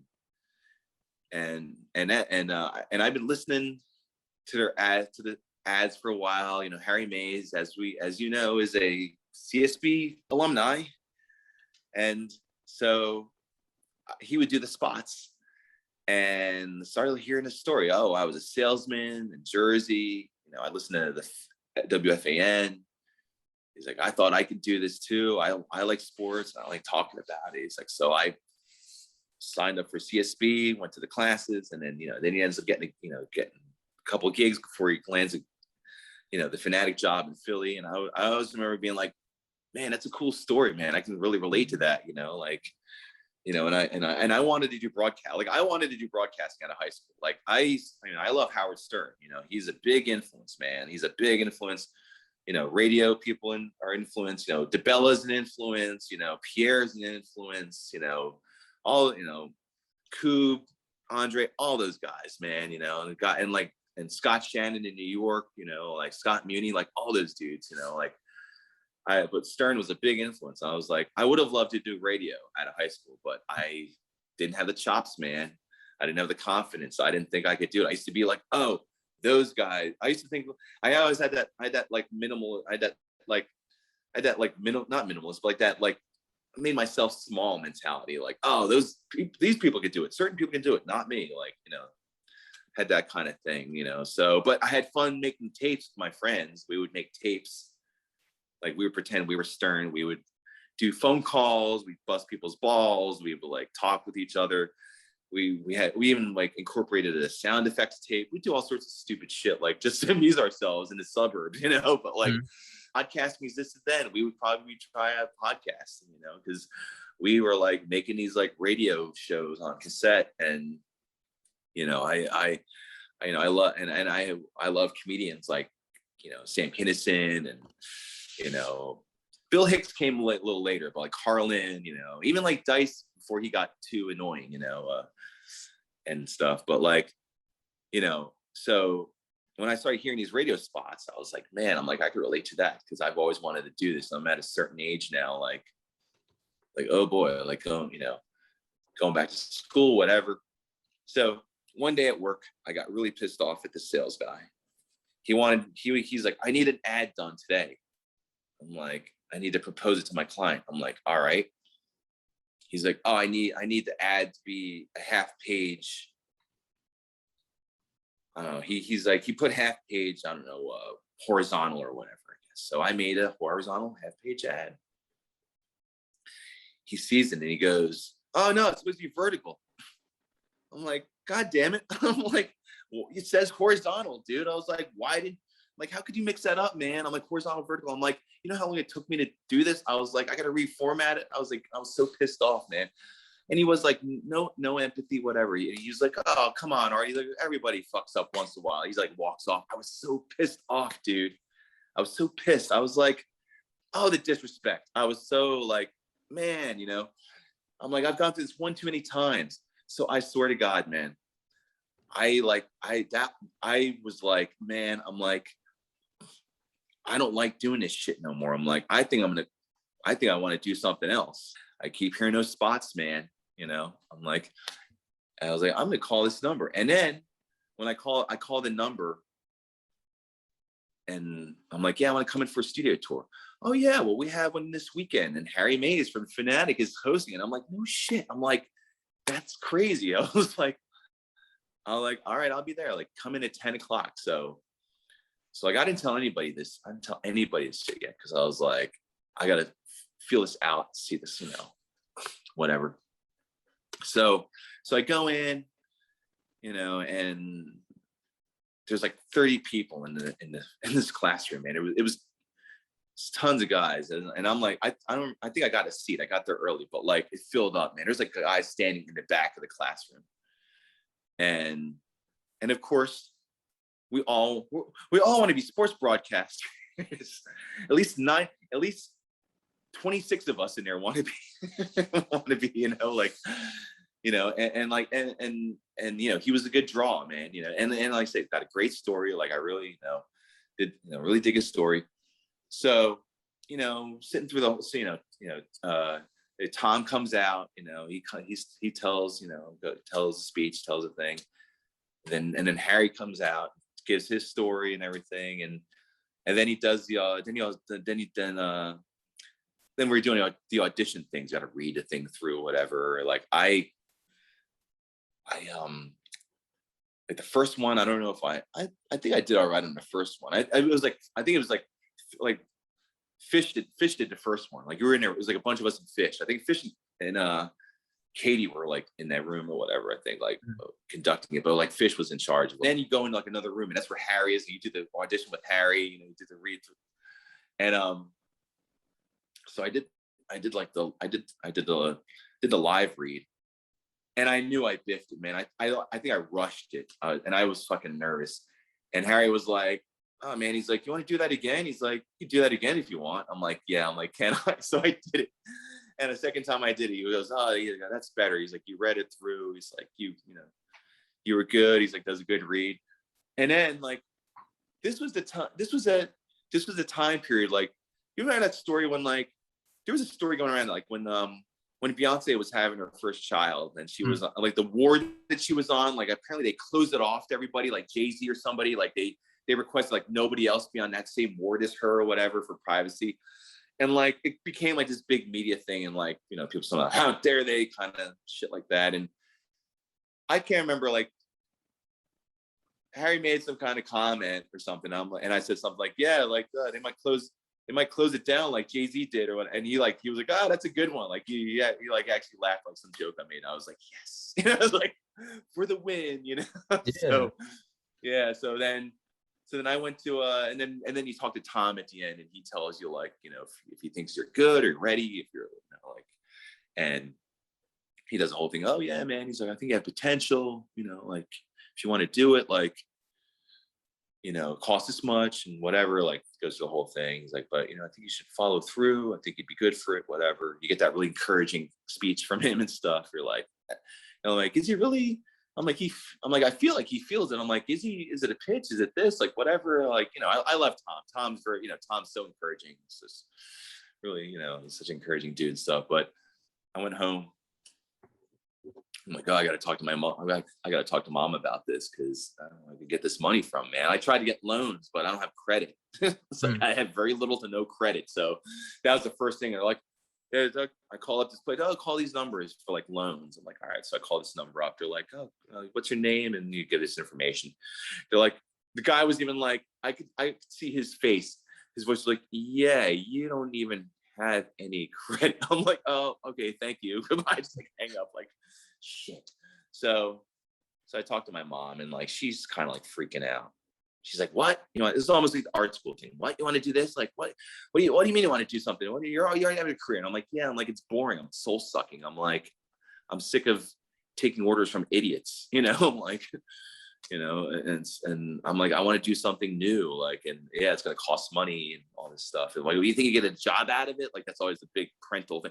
You get it? Like, I hope so. You know, I'm like, let's roll the dice. You know, like I did it the first time. You know, like so then my stepfather was alive at the time, and he always encouraged me to like change shit up, education wise, occupation wise.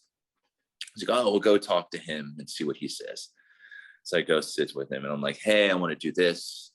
I want to go into broadcasting. I want to switch it up. I've always wanted to do this. I'm sick of my current career.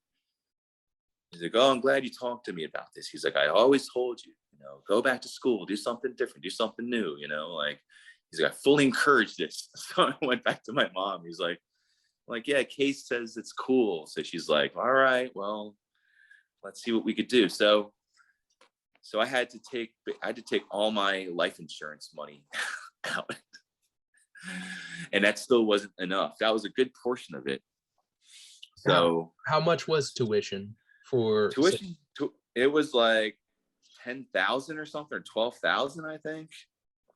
And it was like 4 months, a 16-week course. It's like night. I was going to go for the 16-week night classes because I worked 8 to 5 or something, or 8:30 to 5, Monday to Friday, and his classes would be Tuesday and Thursday.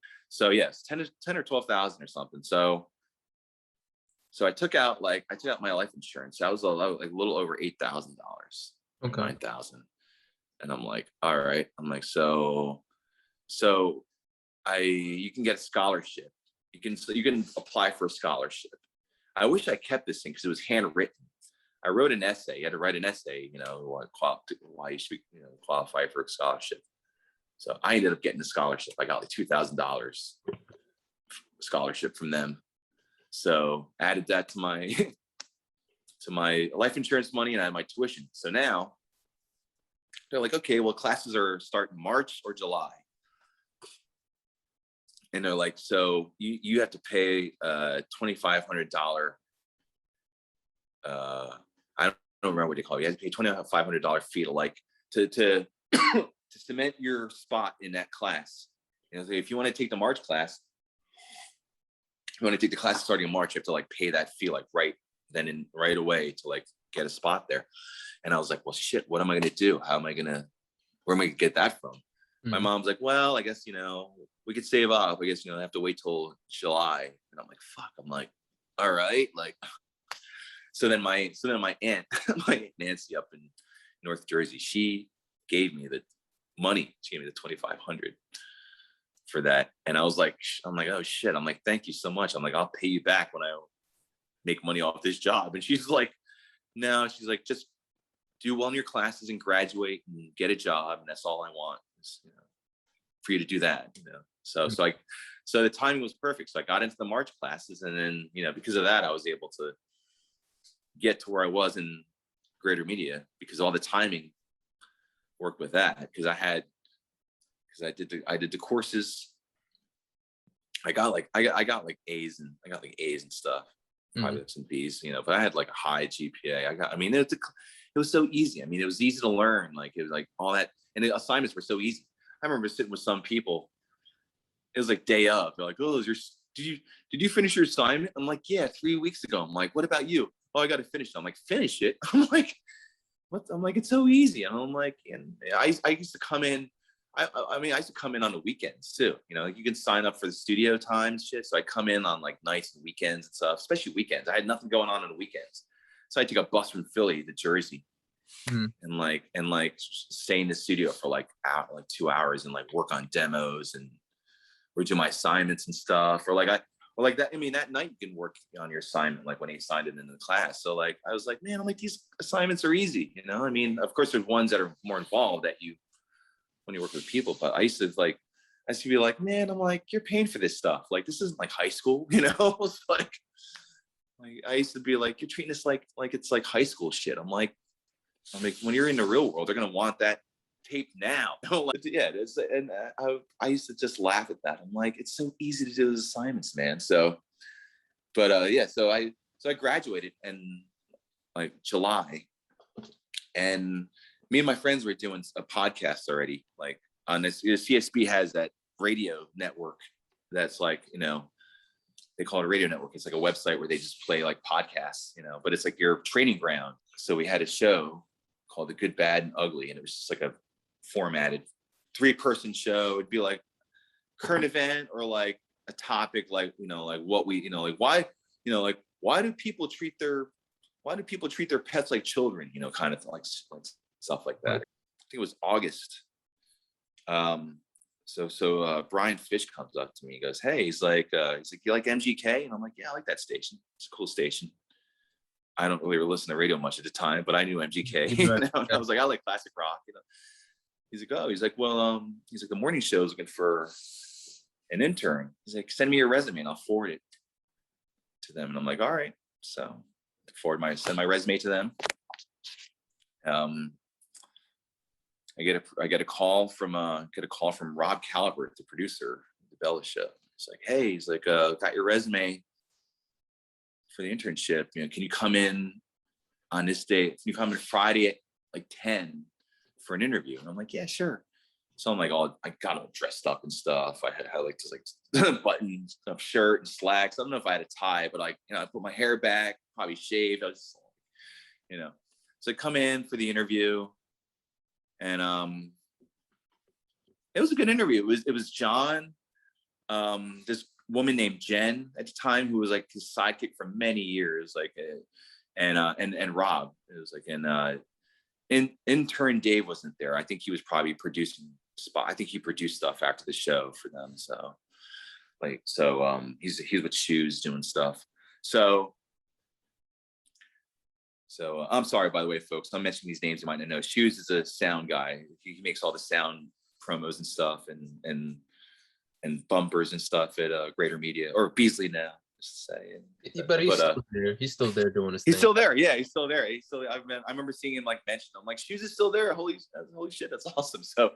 But yeah, so it was just those three, and like we're doing the interview, and the interview went well and stuff, and I even like said something. I even cracked a joke that like I cracked some kind of joke that he laughed at, and I was like, I'm like, gotta laugh at the clown. That's always a good thing, to do that, So like it was later on, like Jen told me the story. Jen and I became like good friends because like she also lived in South Philly and she used to drive me.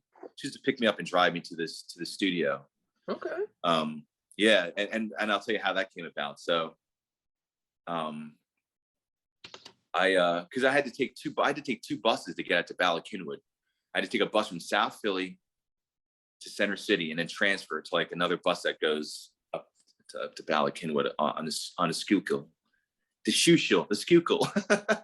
So I was told a story that they wanted to pick me because they said I was like the most spirited of whatever the three that they spoke to or the people they spoke to.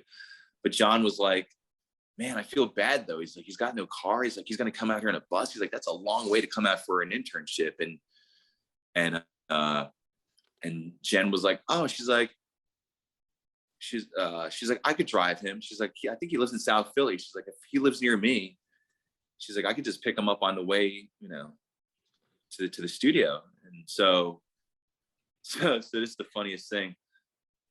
So I get this phone call and it's Rob. He's like, hey, this is Rob from MGK. And I'm like, hey, and I dropped my phone and it hung up. I was like, shit.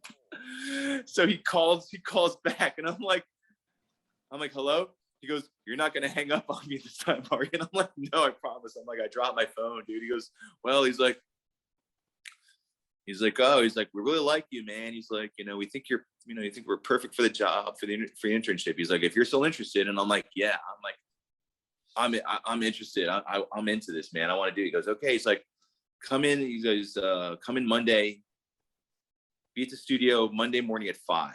And I'm like, all right. So the way the buses work in Philly at that time of day or night or morning, whatever. So I had to wake up at like 3:30 or something, or close to 4, and then get ready. And then I had to catch a bus. Like I had to walk all the way. I had to walk from like, I'm on like 6th and Wilder, like near Tasker. So I'm on 6th and Tasker. I had to walk from Tasker to Broad. How close to Pope? How close to Pope were you? I don't know if it's still called Pope. Oh, I was 5 blocks from Pope. Okay. So that is that bar. Yeah. So then another 5 or 6 blocks from Pope to the Broad. So I go to Broad Street, and subways are not open yet. So I go to Broad Street. There's a bus ride. I think I pick it up at like 4:20 or something, or 4:30. So then it takes me to one of the stops near. It takes me to stop at JFK. Okay. Like 15th and JFK or something, I think, or Broad and JFK. So it drops me off there. I got to wait like another 10, 15, or however long for this other bus. Oh, and dude, I forgot about this. This is crazy. That it was actually 3 buses because the bus going from Center City goes to this transportation center, Wissahickon Transportation Center, I think, or something. Get off there, and then I got to get on this other bus that takes me. Goes down to goes into Bala Cynwyd. Like, I forget the name of that main road now, but like goes right there on Bala Cynwyd.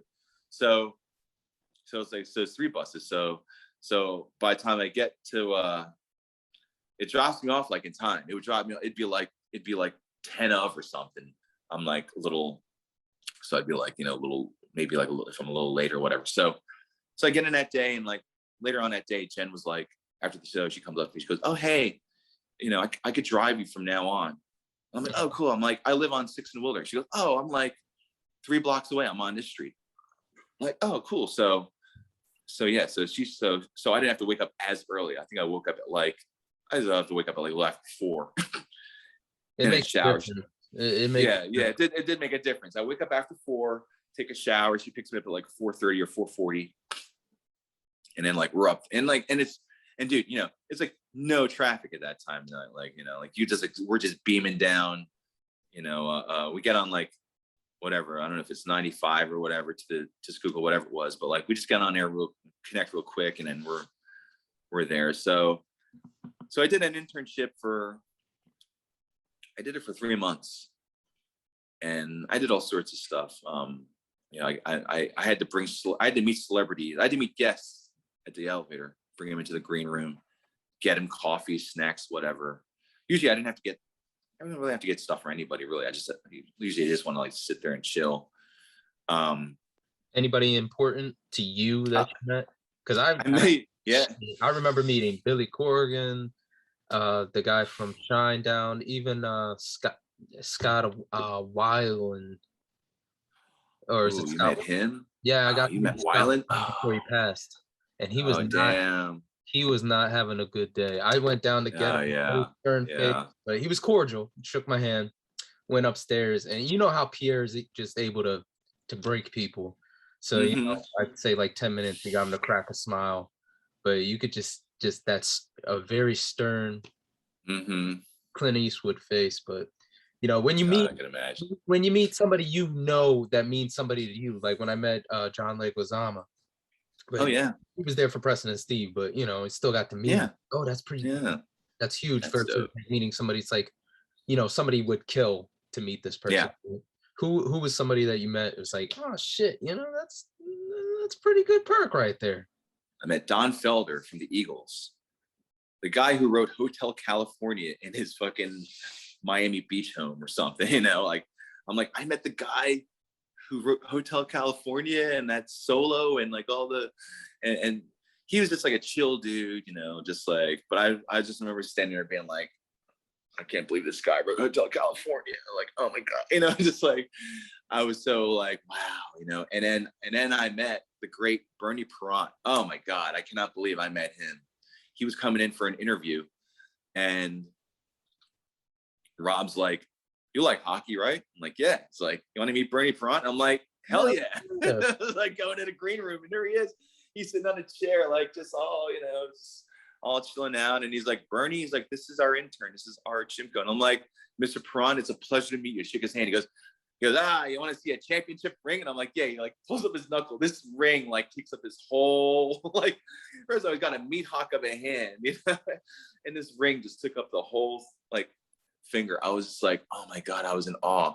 So here's the funny part. So we had 2 copies of his autobiography and I'm like, well, John's obviously getting one and it's going to get signed.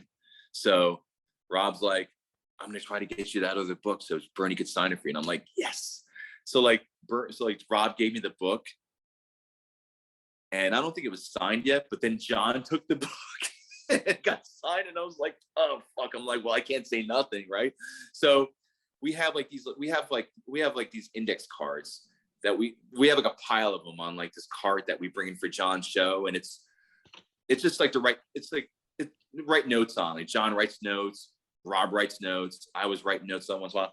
So I took one of those cards and I had a Sharpie and I was just like, I'm like, Mr. Perrant, I'm like, can you please sign this for me? He goes, sure. He's like, so I did end up getting it. It's somewhere. I have it somewhere safe, but I did end up getting his autograph. But more than anything, I was like, you're a fucking legend, man. I'm like, you know, like when the Flyers were like heavily penalized and there were like only 3 guys on the ice, he still stopped pucks, man. They say, what did they say?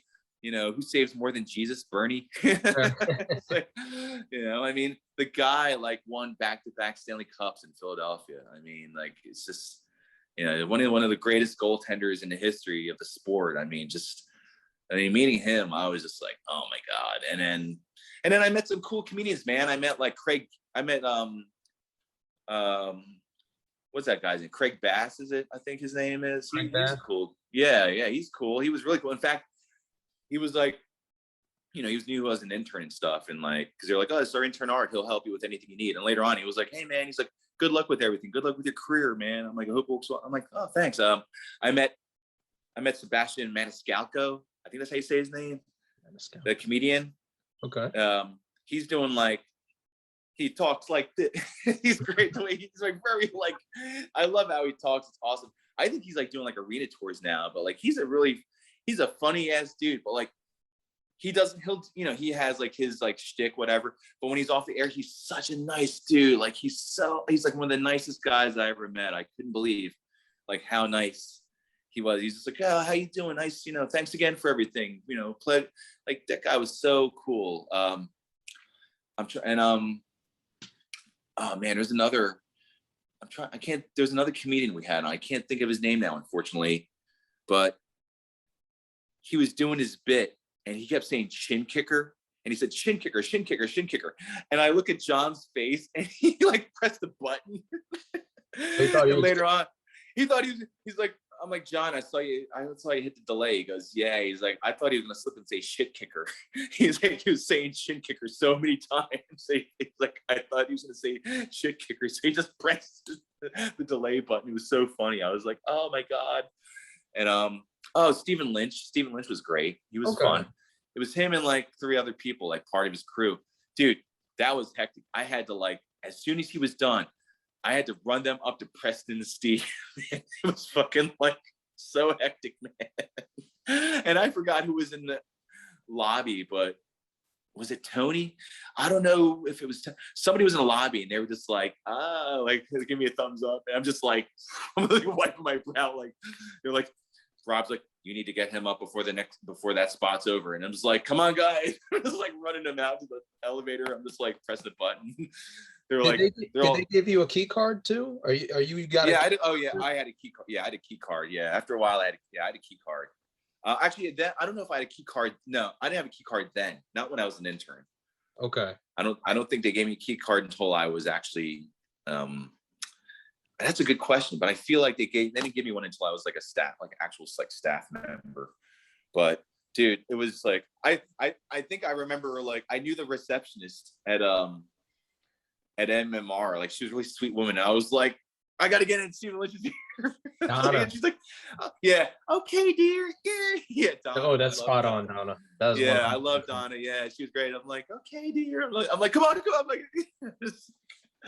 and they were great. Like we're all like crammed in the elevator. Steven's got his guitar up, like it's like held up, like, and I'm like, don't worry, guys, we'll make it. And they're just like, yeah, like it's cool. They were not stressed. I was one being like, I gotta get you up here before.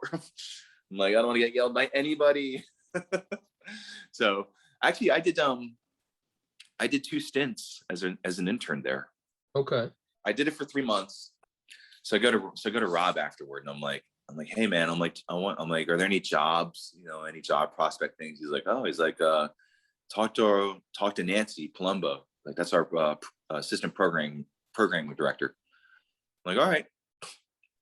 So I go into Nancy's office, and I'm just like, hey, like, I think she knew who I was at that point. I was just asking.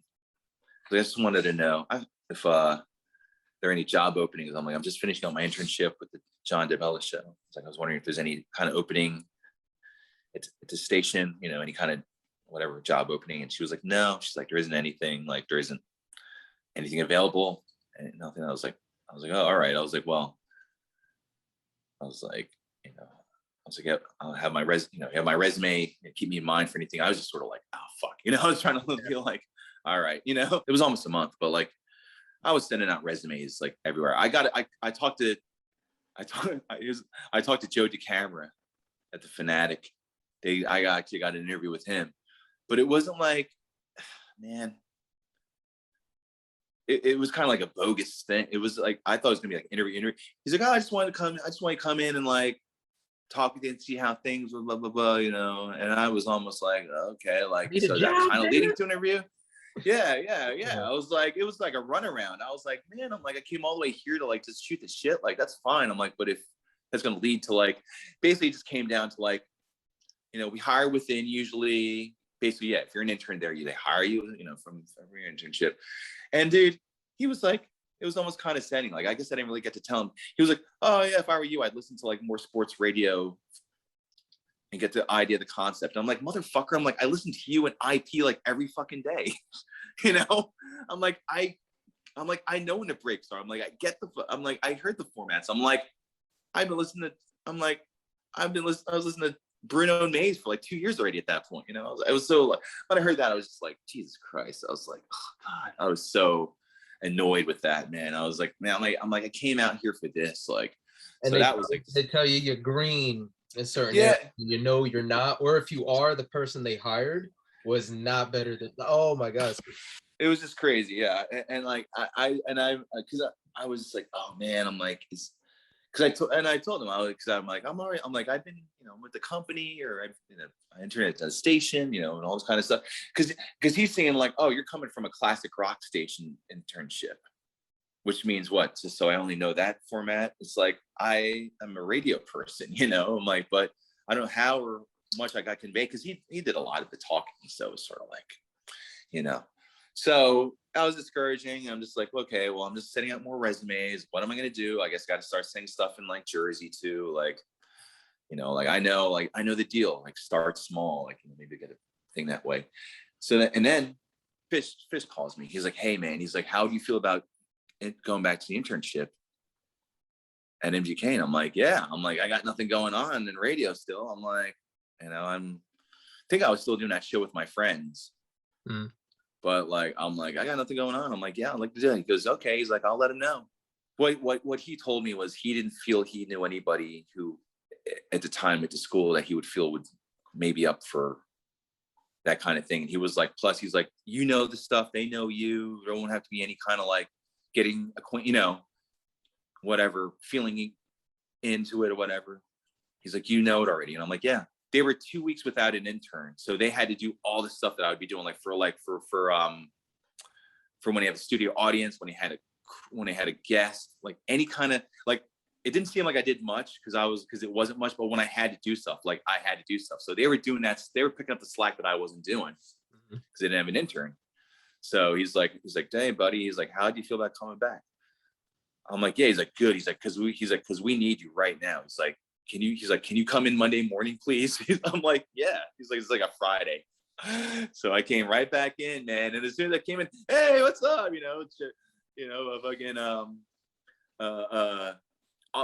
Everybody there, it was all like, hey, what's up? Hey, great to see you. They were just like, welcome back. Like, we're glad to have you back. I'm like, yeah, thanks. I'm like, I'm here to bring the guests to and from the elevator now and set up the chairs for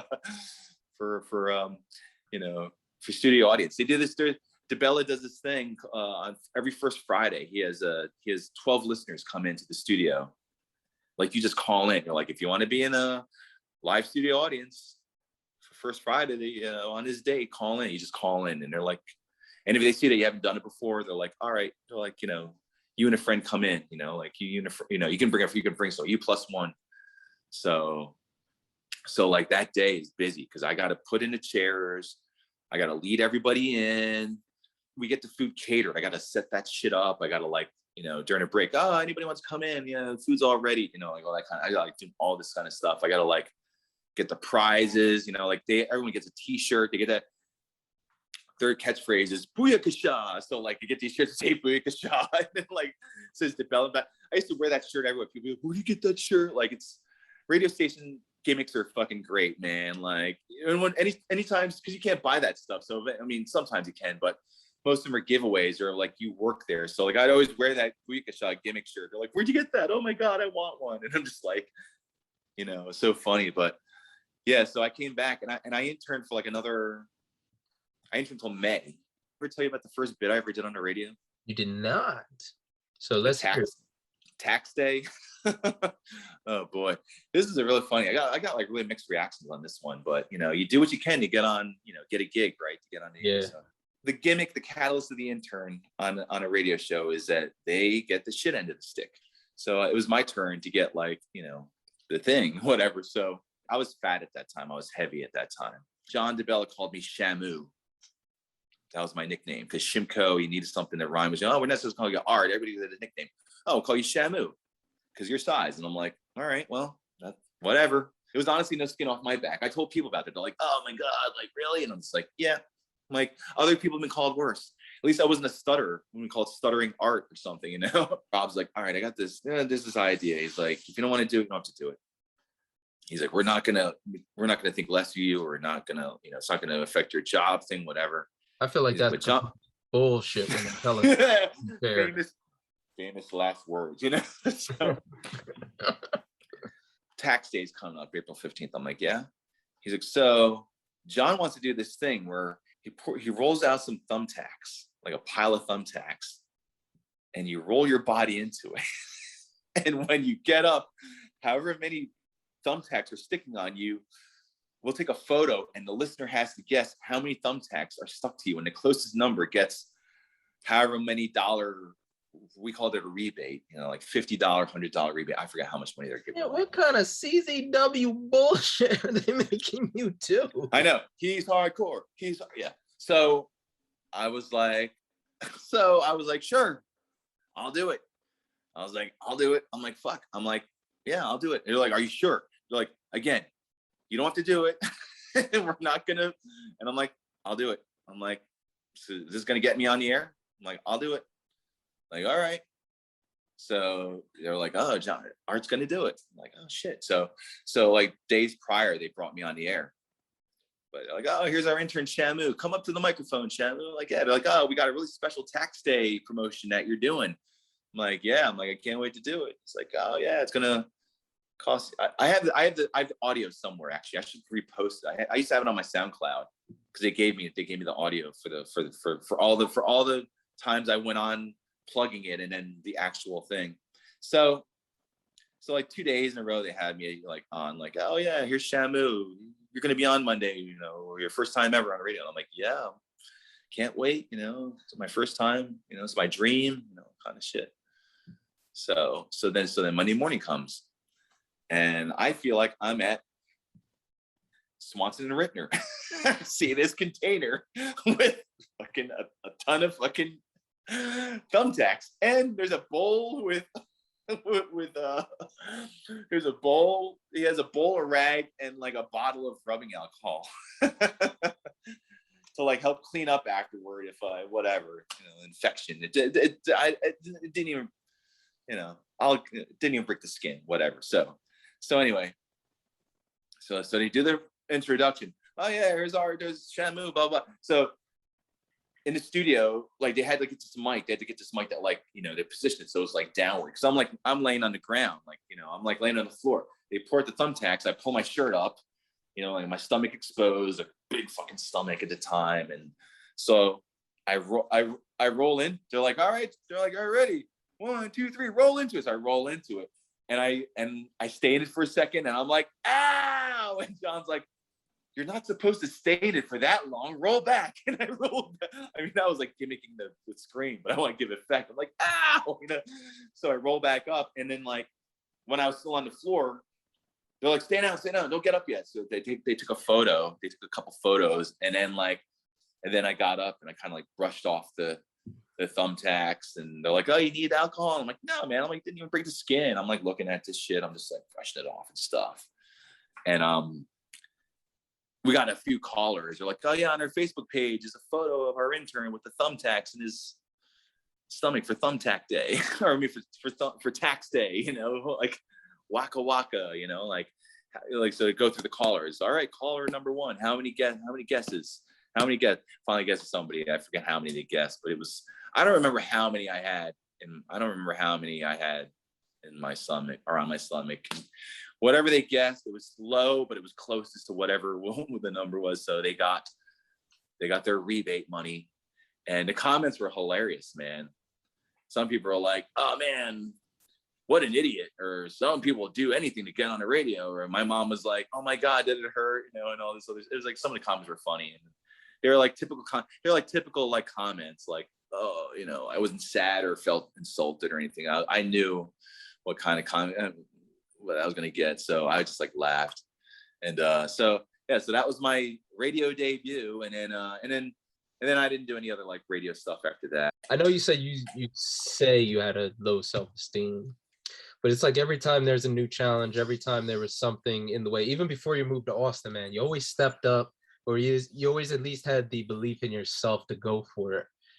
Having my start completely at the internship, like I didn't do anything in my college. Our excuse me, our communications program, as far as radio, television, and film, right? I won't bash them and say it's a joke, but they said it was media appreciation. They didn't have any of the tools. What were the major things you learned at that school compared to the radio station? Because I feel like everything vital that I learned at MMR and at Ben, you can only get in the actual field. What was the benefits other than, hey, I went to school and then they picked you up? Because man, that Yeah. led straight to you being on the air yourself. So you learn stuff in school, but nothing teaches you like that first job in your field. And it was the same thing with MMR. I mean, like, you know, like with CSB, you know, you learn the technical aspects, of course, and they put you in. They give you time constraints to learn. I mean, you know, the Salter project, man. You know, I mean, Bob Salter teaching you like, you know, you got to do like a minute, you got to do like a 90-second segment. It has to be 90 seconds, not 90 seconds and 0.004, you know, whatever. And same with like, you know, 3-minute presentation. Like I learned a lot. I learned a lot with him, and I'm sure with other, you know, teachers. Like with Dan Fritz and stuff, because I interned with him, and that's a whole other thing too. Like when you're doing time constraints with, you know, you're doing broadcasting with him at Penn. So like, you know, it's not it might not be real time. It's not real time constraint like maybe radio, but it's still time constraint. You know, like you're still in a format. You still really have to get things done. And with you know, with the radio, yeah, the radio is the whole, you know, radio, the stuff you're learning there, it's a whole other level. It's a whole other level of education. Before I did on air, I was a remote producer. And, you know, on top of learning the technical aspects of that, you know, your time has to be precision. You know, I mean, you have to be better than you. You know, you're a human Rolex. You know, you have to be. And I had a program director named Charlie Lake, and he was tough, but he was good to have for like a first, you know, program director, because man, like you had to be tight. Like your time had to be like, I mean, he's the kind of guy that would walk in and be like, all right, Art, we're running a little bit late here. I remember being like, oh, well, you know, Andre is also, you know, I mean, I'm not trying to like throw Andre under the bus, but I was trying to be like, well, I'm like, Andre has guests on and he's like, well, tell Andre not to talk so much.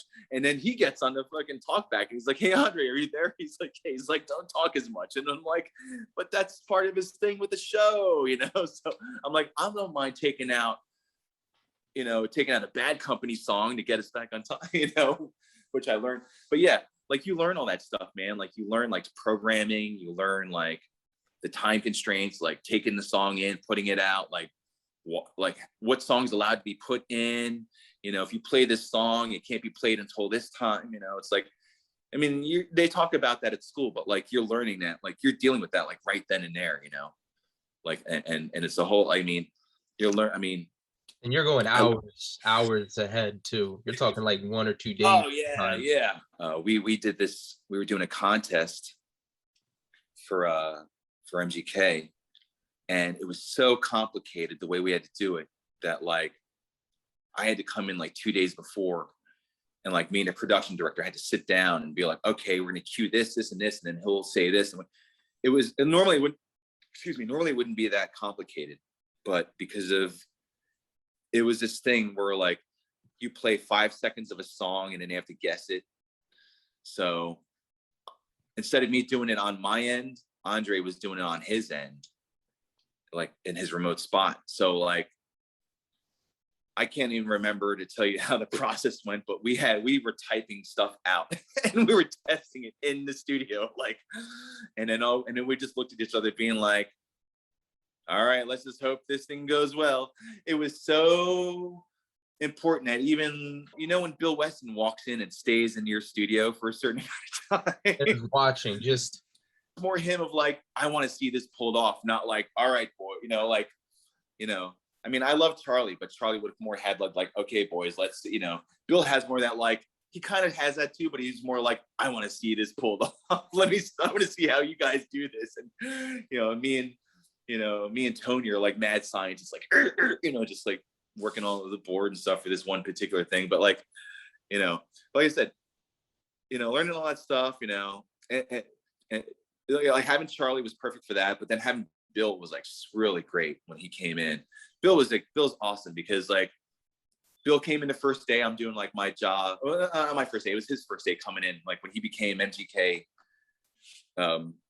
program director also. And I remember he just comes in and he's just like, hey, what's up? I'm Bill. It's like, nice to meet you. He's like, I'm not going to bother you. You know what you're doing. I'm going to let you do your thing. He's just like, leave. And I'm like, I love Bill. He's like he trusts you. No, I'm not saying Charlie didn't, you know, I'm like, just different approaches, you know, but like, I'm like, it's just comfortable to know that like, he trusts you. Like, oh, you're doing your thing. Like, cool. Like, see it, you know, like unless something major, you know, like you're rarely going to see him coming in, you know, he might come in for like a social, like, hey, what's up? Like, how's everything going? And then he's the man about town elsewhere, you know? So, but, you know, but he was perfect to have, like, you know, and for a boss, like, you know, sometimes he'd be like, yeah, do some breathing exercises, you know, you can relax a little, you know, I like to do a little breathing exercise before I go on air, you know, like he's giving me all these little pointers and tips and stuff. He was really cool, dude. I mean, everybody there was just like, so for a first timer, you know, that was like the perfect place, you know, like everybody in there was so awesome. They're just like, it's all these veterans of the industry, and like just no egos. Like I didn't put up with any egos there, man. Like, you know, I work with DeBella, work with, you know, Debbie and, you know, Ray Coog and Andre and stuff. You know, I mean, I never tell them to their faces, but I grew up listening to these people, you know, and then working with them, you know, and they're so cool. Like, I mean, I remember when I finally got the confidence to like be a producer, like when I was saying, okay, we're doing this, I got to do that. You know, I remember one of the first times I'm producing, I'm like, I had to like take a song out to like make time for the last break. And I'm like, Andre? He's like, yeah. I'm like, I think I have to take out this Led Zeppelin song at the end, so we make it to 250. He's like, all right. He's like, do it. We got to do it. You know, and then that's when I realized, I was like, oh, I'm like, sometimes I have to tell them like, we need to do this, you know? So then it got to the point where I'm like, all right, Ray, you got this liner, you know, for this steak place. And then we gotta, you know, I got to take this song out at the end. He's like, all right, you know, they just go along, you know, like it's cool. It's like, then I was learning like, okay, I built this trust and they have this trust in me. So like, when I say we got to do this, they're going to be like, okay. And if they're like, maybe we could do this, like, I'm fine with that too. You know, I'm open to like, however we got to do it to get to the final product, you know, but they were so open to be like, all right, you know, they just listen to me. And I'm like, you know, that's like a major thing you learn. You're like, you learn to take the initiative and be in charge and be like, all right, guys, like, you know, I know it's your show and I respect that. It's like, but we got to do this at this point too. So, but yeah, I mean, like you said, the stuff that you learn in the station, it's just, there's so much you're learning, you know, it's just so much, just, you know, I love producing. That's such a fun gig. It's such a fun time. I mean, it's just such a rush. You just like, and I used to love how like tight I was on the time. Like I just like, right as that last word's leaving his mouth, I'm already like, boom, you know, like hit the trigger the spot coming up and take them off the air. You're off the air, you know, like, you know. But and that took me a while to get that groove. Like I remember, like I was shadowing a producer. That's how I learned. You know, when I because like after my second internship, I asked about a job. And they're like, oh, we need a fill-in producer. They're like, our producer is coming in on Friday. They're like, you should sit with him. This guy named Bob Stye, who's been like in radio forever. And then he's a great guy. He's a really awesome dude. And he was the remote producer for a while there. And he was like, oh yeah, he's going on vacation in July. So we need someone to fill in for his 2 shifts. It's only 2 shifts at the time, but it's like, well, I'll take them, of course. So for like the first, it was like all of May, like every Friday in May, he was doing a remote. So every Friday I come in, I sit with him, watch him, ask questions, take notes, you know, and then like each time, like he'd let me behind. He's like, you want to do a break? I'm like, oh, sure. He's like, Andre, this is Art. He's going to be doing art. He's going to do a break. All right, cool. So I do one break. So the next time he's like, I'm going to have you do 2 breaks. I'm like, all right. He's like, all right, next time. He's like, I'm going to have you do the hour, all 4 breaks. I'm like, all right. And then the next time it was like 2 hours. So then like come in like one day, he goes, how do you feel today? He's like, you feeling pretty good about the board? And I'm like, yeah. So he's like, you're running the show. He's like, but if anything, I'm here. The only time I needed him was like, Andre had a question and I like had no idea. And I'm like, Bob, I need you for this. I had to talk back. And he's like, oh, Andre, what do you need? And they asked him something. And they settled it, and then that was that. But otherwise, like, I was behind that board for the whole day. So he contacted me. He goes, "Oh yeah," he's like, "I told Nancy that you worked the whole board that day." It's like she didn't even know, like, because not many other people come in the studio. So he was like, "Oh yeah," he's like, "Art worked the board that day." He's like, "Really?" He's like, "Oh yeah, he did the whole thing, did the whole shift." He's like, "I was sitting right there, right next to him." He's like, "But I didn't have to touch a button, whatever, do anything." He's like, "I only had to talk to Andre once about something." It's like, otherwise, it's like, so they were like, "Oh yeah," they're like, "We heard, like, Bob gave you, big praise." They're like, it's like, he said, "You're ready." He's like, "You did the board." I'm like, "Yeah." So I went in. So I did the shift. I forget what they called it, but it was like their July 3rd show, like their Freedom America show. I don't remember what they call it, what MGK calls it anymore now, but they used to do these free shows on July 4th in Cooper Park. I remember back in the day. And then when they started doing it at Susquehanna Bank Center, then it was like the day before July 3rd. And the tickets are like $10.29 to go along with their frequency there. So, but that was my first gig. That was my first producing thing. And I think it was with Ray. And actually, I did a shadowing way before. There was a girl named Christine who was producing, and that's the first time they were doing a Fleetwood Mac show, like a year before, and like Ray Koob was the producer. It was the DJ. Like, "Oh, Ray, he's one of our interns, Art." He's like, "Oh, all right, hey, Art." It's like the first time ever meeting him. Like, "Hey, I hope this goes smooth." So I did that, but so I already shadowed there, but I shadowed more with Bob, and I did these 2 gigs and stuff. I did the July 4th one, and I did another one, and they're like, "All right, like, you did a good job. We need you again," because I'm just feeling like the gigs are few and far between. So, but then I got hired as the actual producer because Bob went on paternity leave. And fun fact, this is the second time I got a radio gig because of a pregnancy kind of thing. So, because the first gig I actually got was so MGK runs a Sunday night show called Little Steven's Underground Garage. Little Steven Van Zandt from the E Street Band and such, and from Sopranos and some other stuff that he's done on film.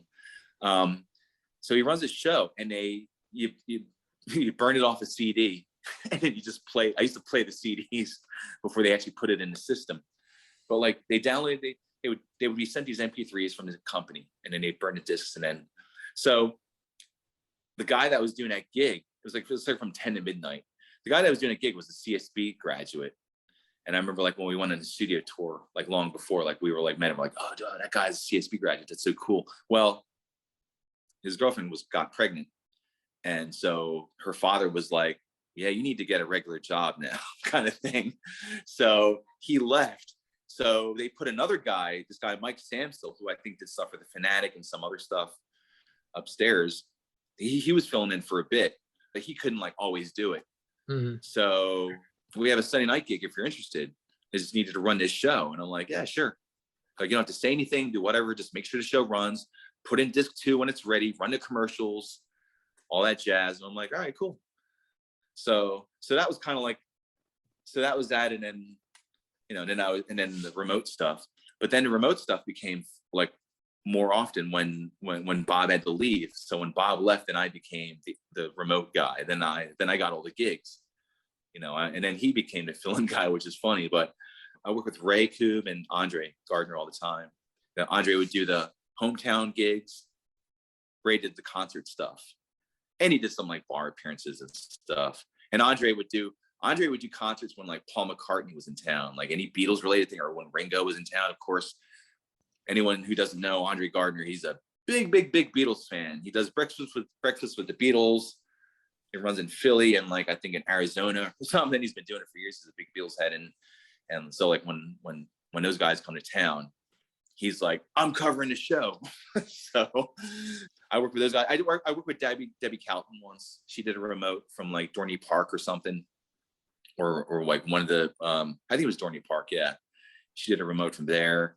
And and I started doing remotes for Ben FM, because Rich DeSisto, who was an instructor, I don't know if he's still an instructor. He was an instructor at CSB, because at the time he was assistant program director for Ben FM, and then later on he did On Air for MGK. But at the time when he was at Ben, he contacted me and he was like, hey, he's like, we need someone to do a remote for our summer Bender concert. Can you do it? I was like, yeah, sure. And then I did it and he liked it. So after that, he was like, hey man, he's like, I'm going to start contacting you more often. I'm like, cool. But MGK was like, yeah, but we have first dibs on you. I was like, all right. I'm like, but whatever I could fill in, whatever time I could fill in, I'll do the Ben stuff if it's available. So that was cool, man. Ben FM is so easy because there's no DJs. I mean, there is now. I don't know how they changed them. I know there was Marilyn Russell was in the morning, but the afternoon and the night was like just pre-programmed. So they had Marilyn. They got Matt Cord. They had Matt Cord. You're right. Now they have Matt Cord. Kristen's right. Oh, okay. All right. Cool. When I was there, when I was there, it was just Marilyn in the morning, and Donnie was like the producer. So like Marilyn and Donnie Black were like, you know, they was the only on air, and the rest of the day was just all automated. So I had to do a telethon for them one year. They did a 12-hour like Salvation Army telethon, and Donnie Black, who's Marilyn's producer at the time, he did the first 12. He did from 6 to 12. I did from 12 to 6, and that was kind of hectic, man. That was a day where like, okay, this is not a normal broadcast. Like I'm going to be taking some songs out, probably, you know, whatever. And it was such a crazy thing. Like this one guy in the station, he read the spot every hour, like, oh, brought to you by these sponsors. I had to like grab him and be like, where's that guy at? You know, like, oh, where's Bill at? We need him to read the sponsors. And I'm like, I don't know where the fuck Bill's at. And I'm like running around, where's Bill?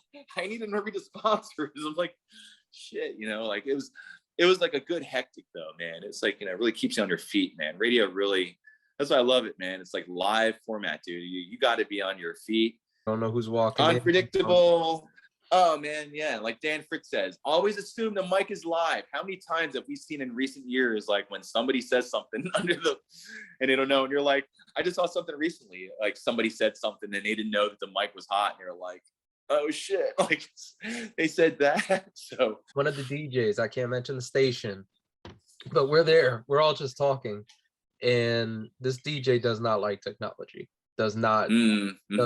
So we're sitting there, he goes to fire a song and it doesn't fire, so yeah. He's on a cussing, motherfucking piece of shit, blah blah blah. Oh.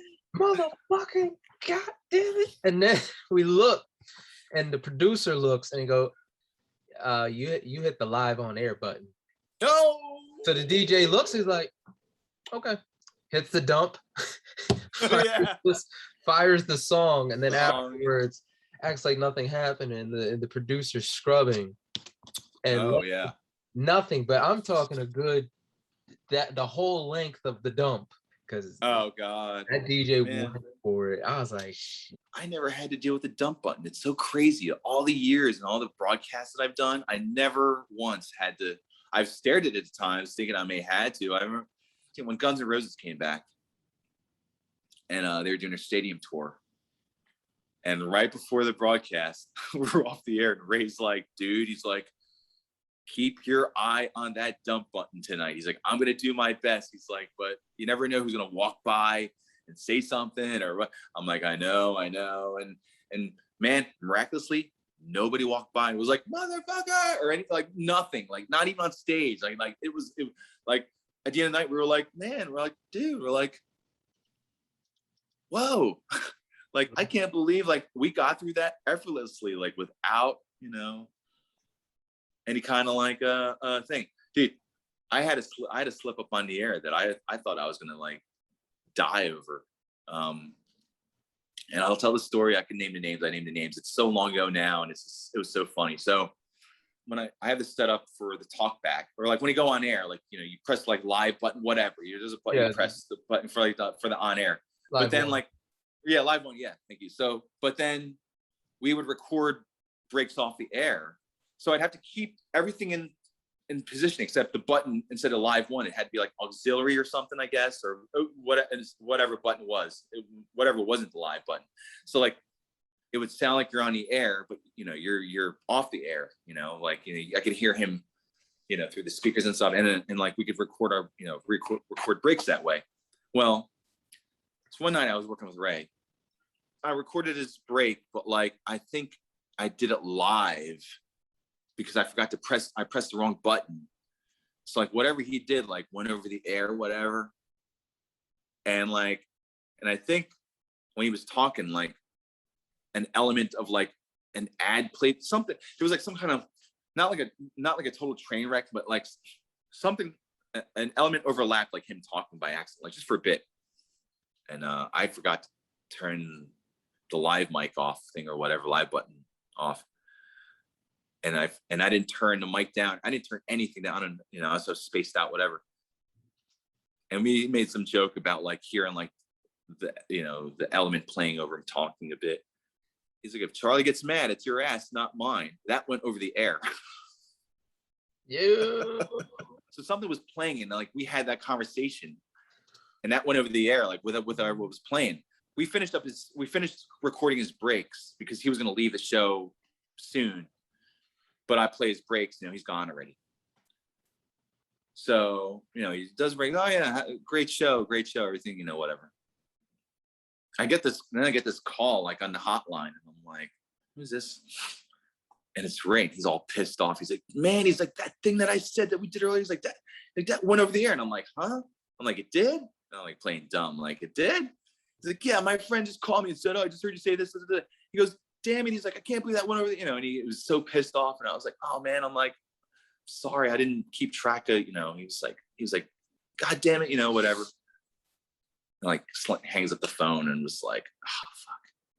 So like for like 3 days, I'm just like, oh man, I'm like, I was really stressed. I'm like, they're gonna fire me. I was already thinking, I'm like, I'm done, man. Like I'm in bed. I was like in an embryo position. Like Hanna's like, what's wrong? And I'm like, oh man, I'm like, I fucked up. I told the story. He's like, oh, it doesn't sound that bad. I'm like, it does. I'm like, luckily it was like after midnight. So like, whatever. Like, I'd come in that Friday for a shift. I'm doing like remote with Andre. I'm like, oh man, I'm like walking in just like slowly. I go right into the jock lounge. I'm just like sitting there, just like, and my Nancy comes in, my program. This is a program director, my boss. Oh, hey, can you come in my office for a minute? I'm like, yeah. I walk in, I sit down with her. She opens up, and I'm sitting there just like waiting. She opens up her book. She goes, so we have some more shifts open and available. Are you into doing more shifts? And I'm like, yeah.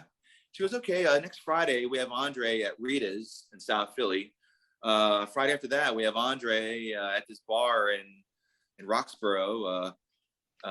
Next Friday after that, we have Ray doing, the Clapton concert. And I'm just like, yeah, I'm all open for those. She goes, oh, you're good with those? She goes, so I can mark you down for those Fridays. And I'm like, yeah. Oh, great, cool. She goes, cool, thanks.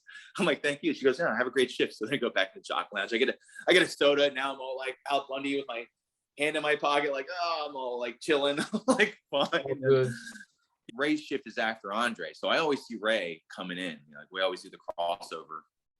So Ray comes in and like, I'm behind the board. He goes, hey. And I'm like, hey. He like walks over to me. He's like, did Nancy say anything today? And I'm like, yeah. He goes, oh shit, what did she say? He says, she gave me 4 more shifts and said I'm doing a good job. He goes, oh, thank God. And I'm like, did anything say anything to you? He goes, no. It's like, nobody said anything. And Rose like, whew. And I'm like, I'm so sorry. And I'm like, what did I do wrong? He goes, let me show you right now. So it never happens again. And he's like, this button, this button, this button. And I'm like, oh yeah, okay, right. So after that, I literally never made a mistake with that again. I totally always remembered like which button to press. And plus by then I developed a groove. Like I just knew like bump, bump, bump, bump, bump, bump. I just totally had the technical groove in my pocket. I was like, all right, like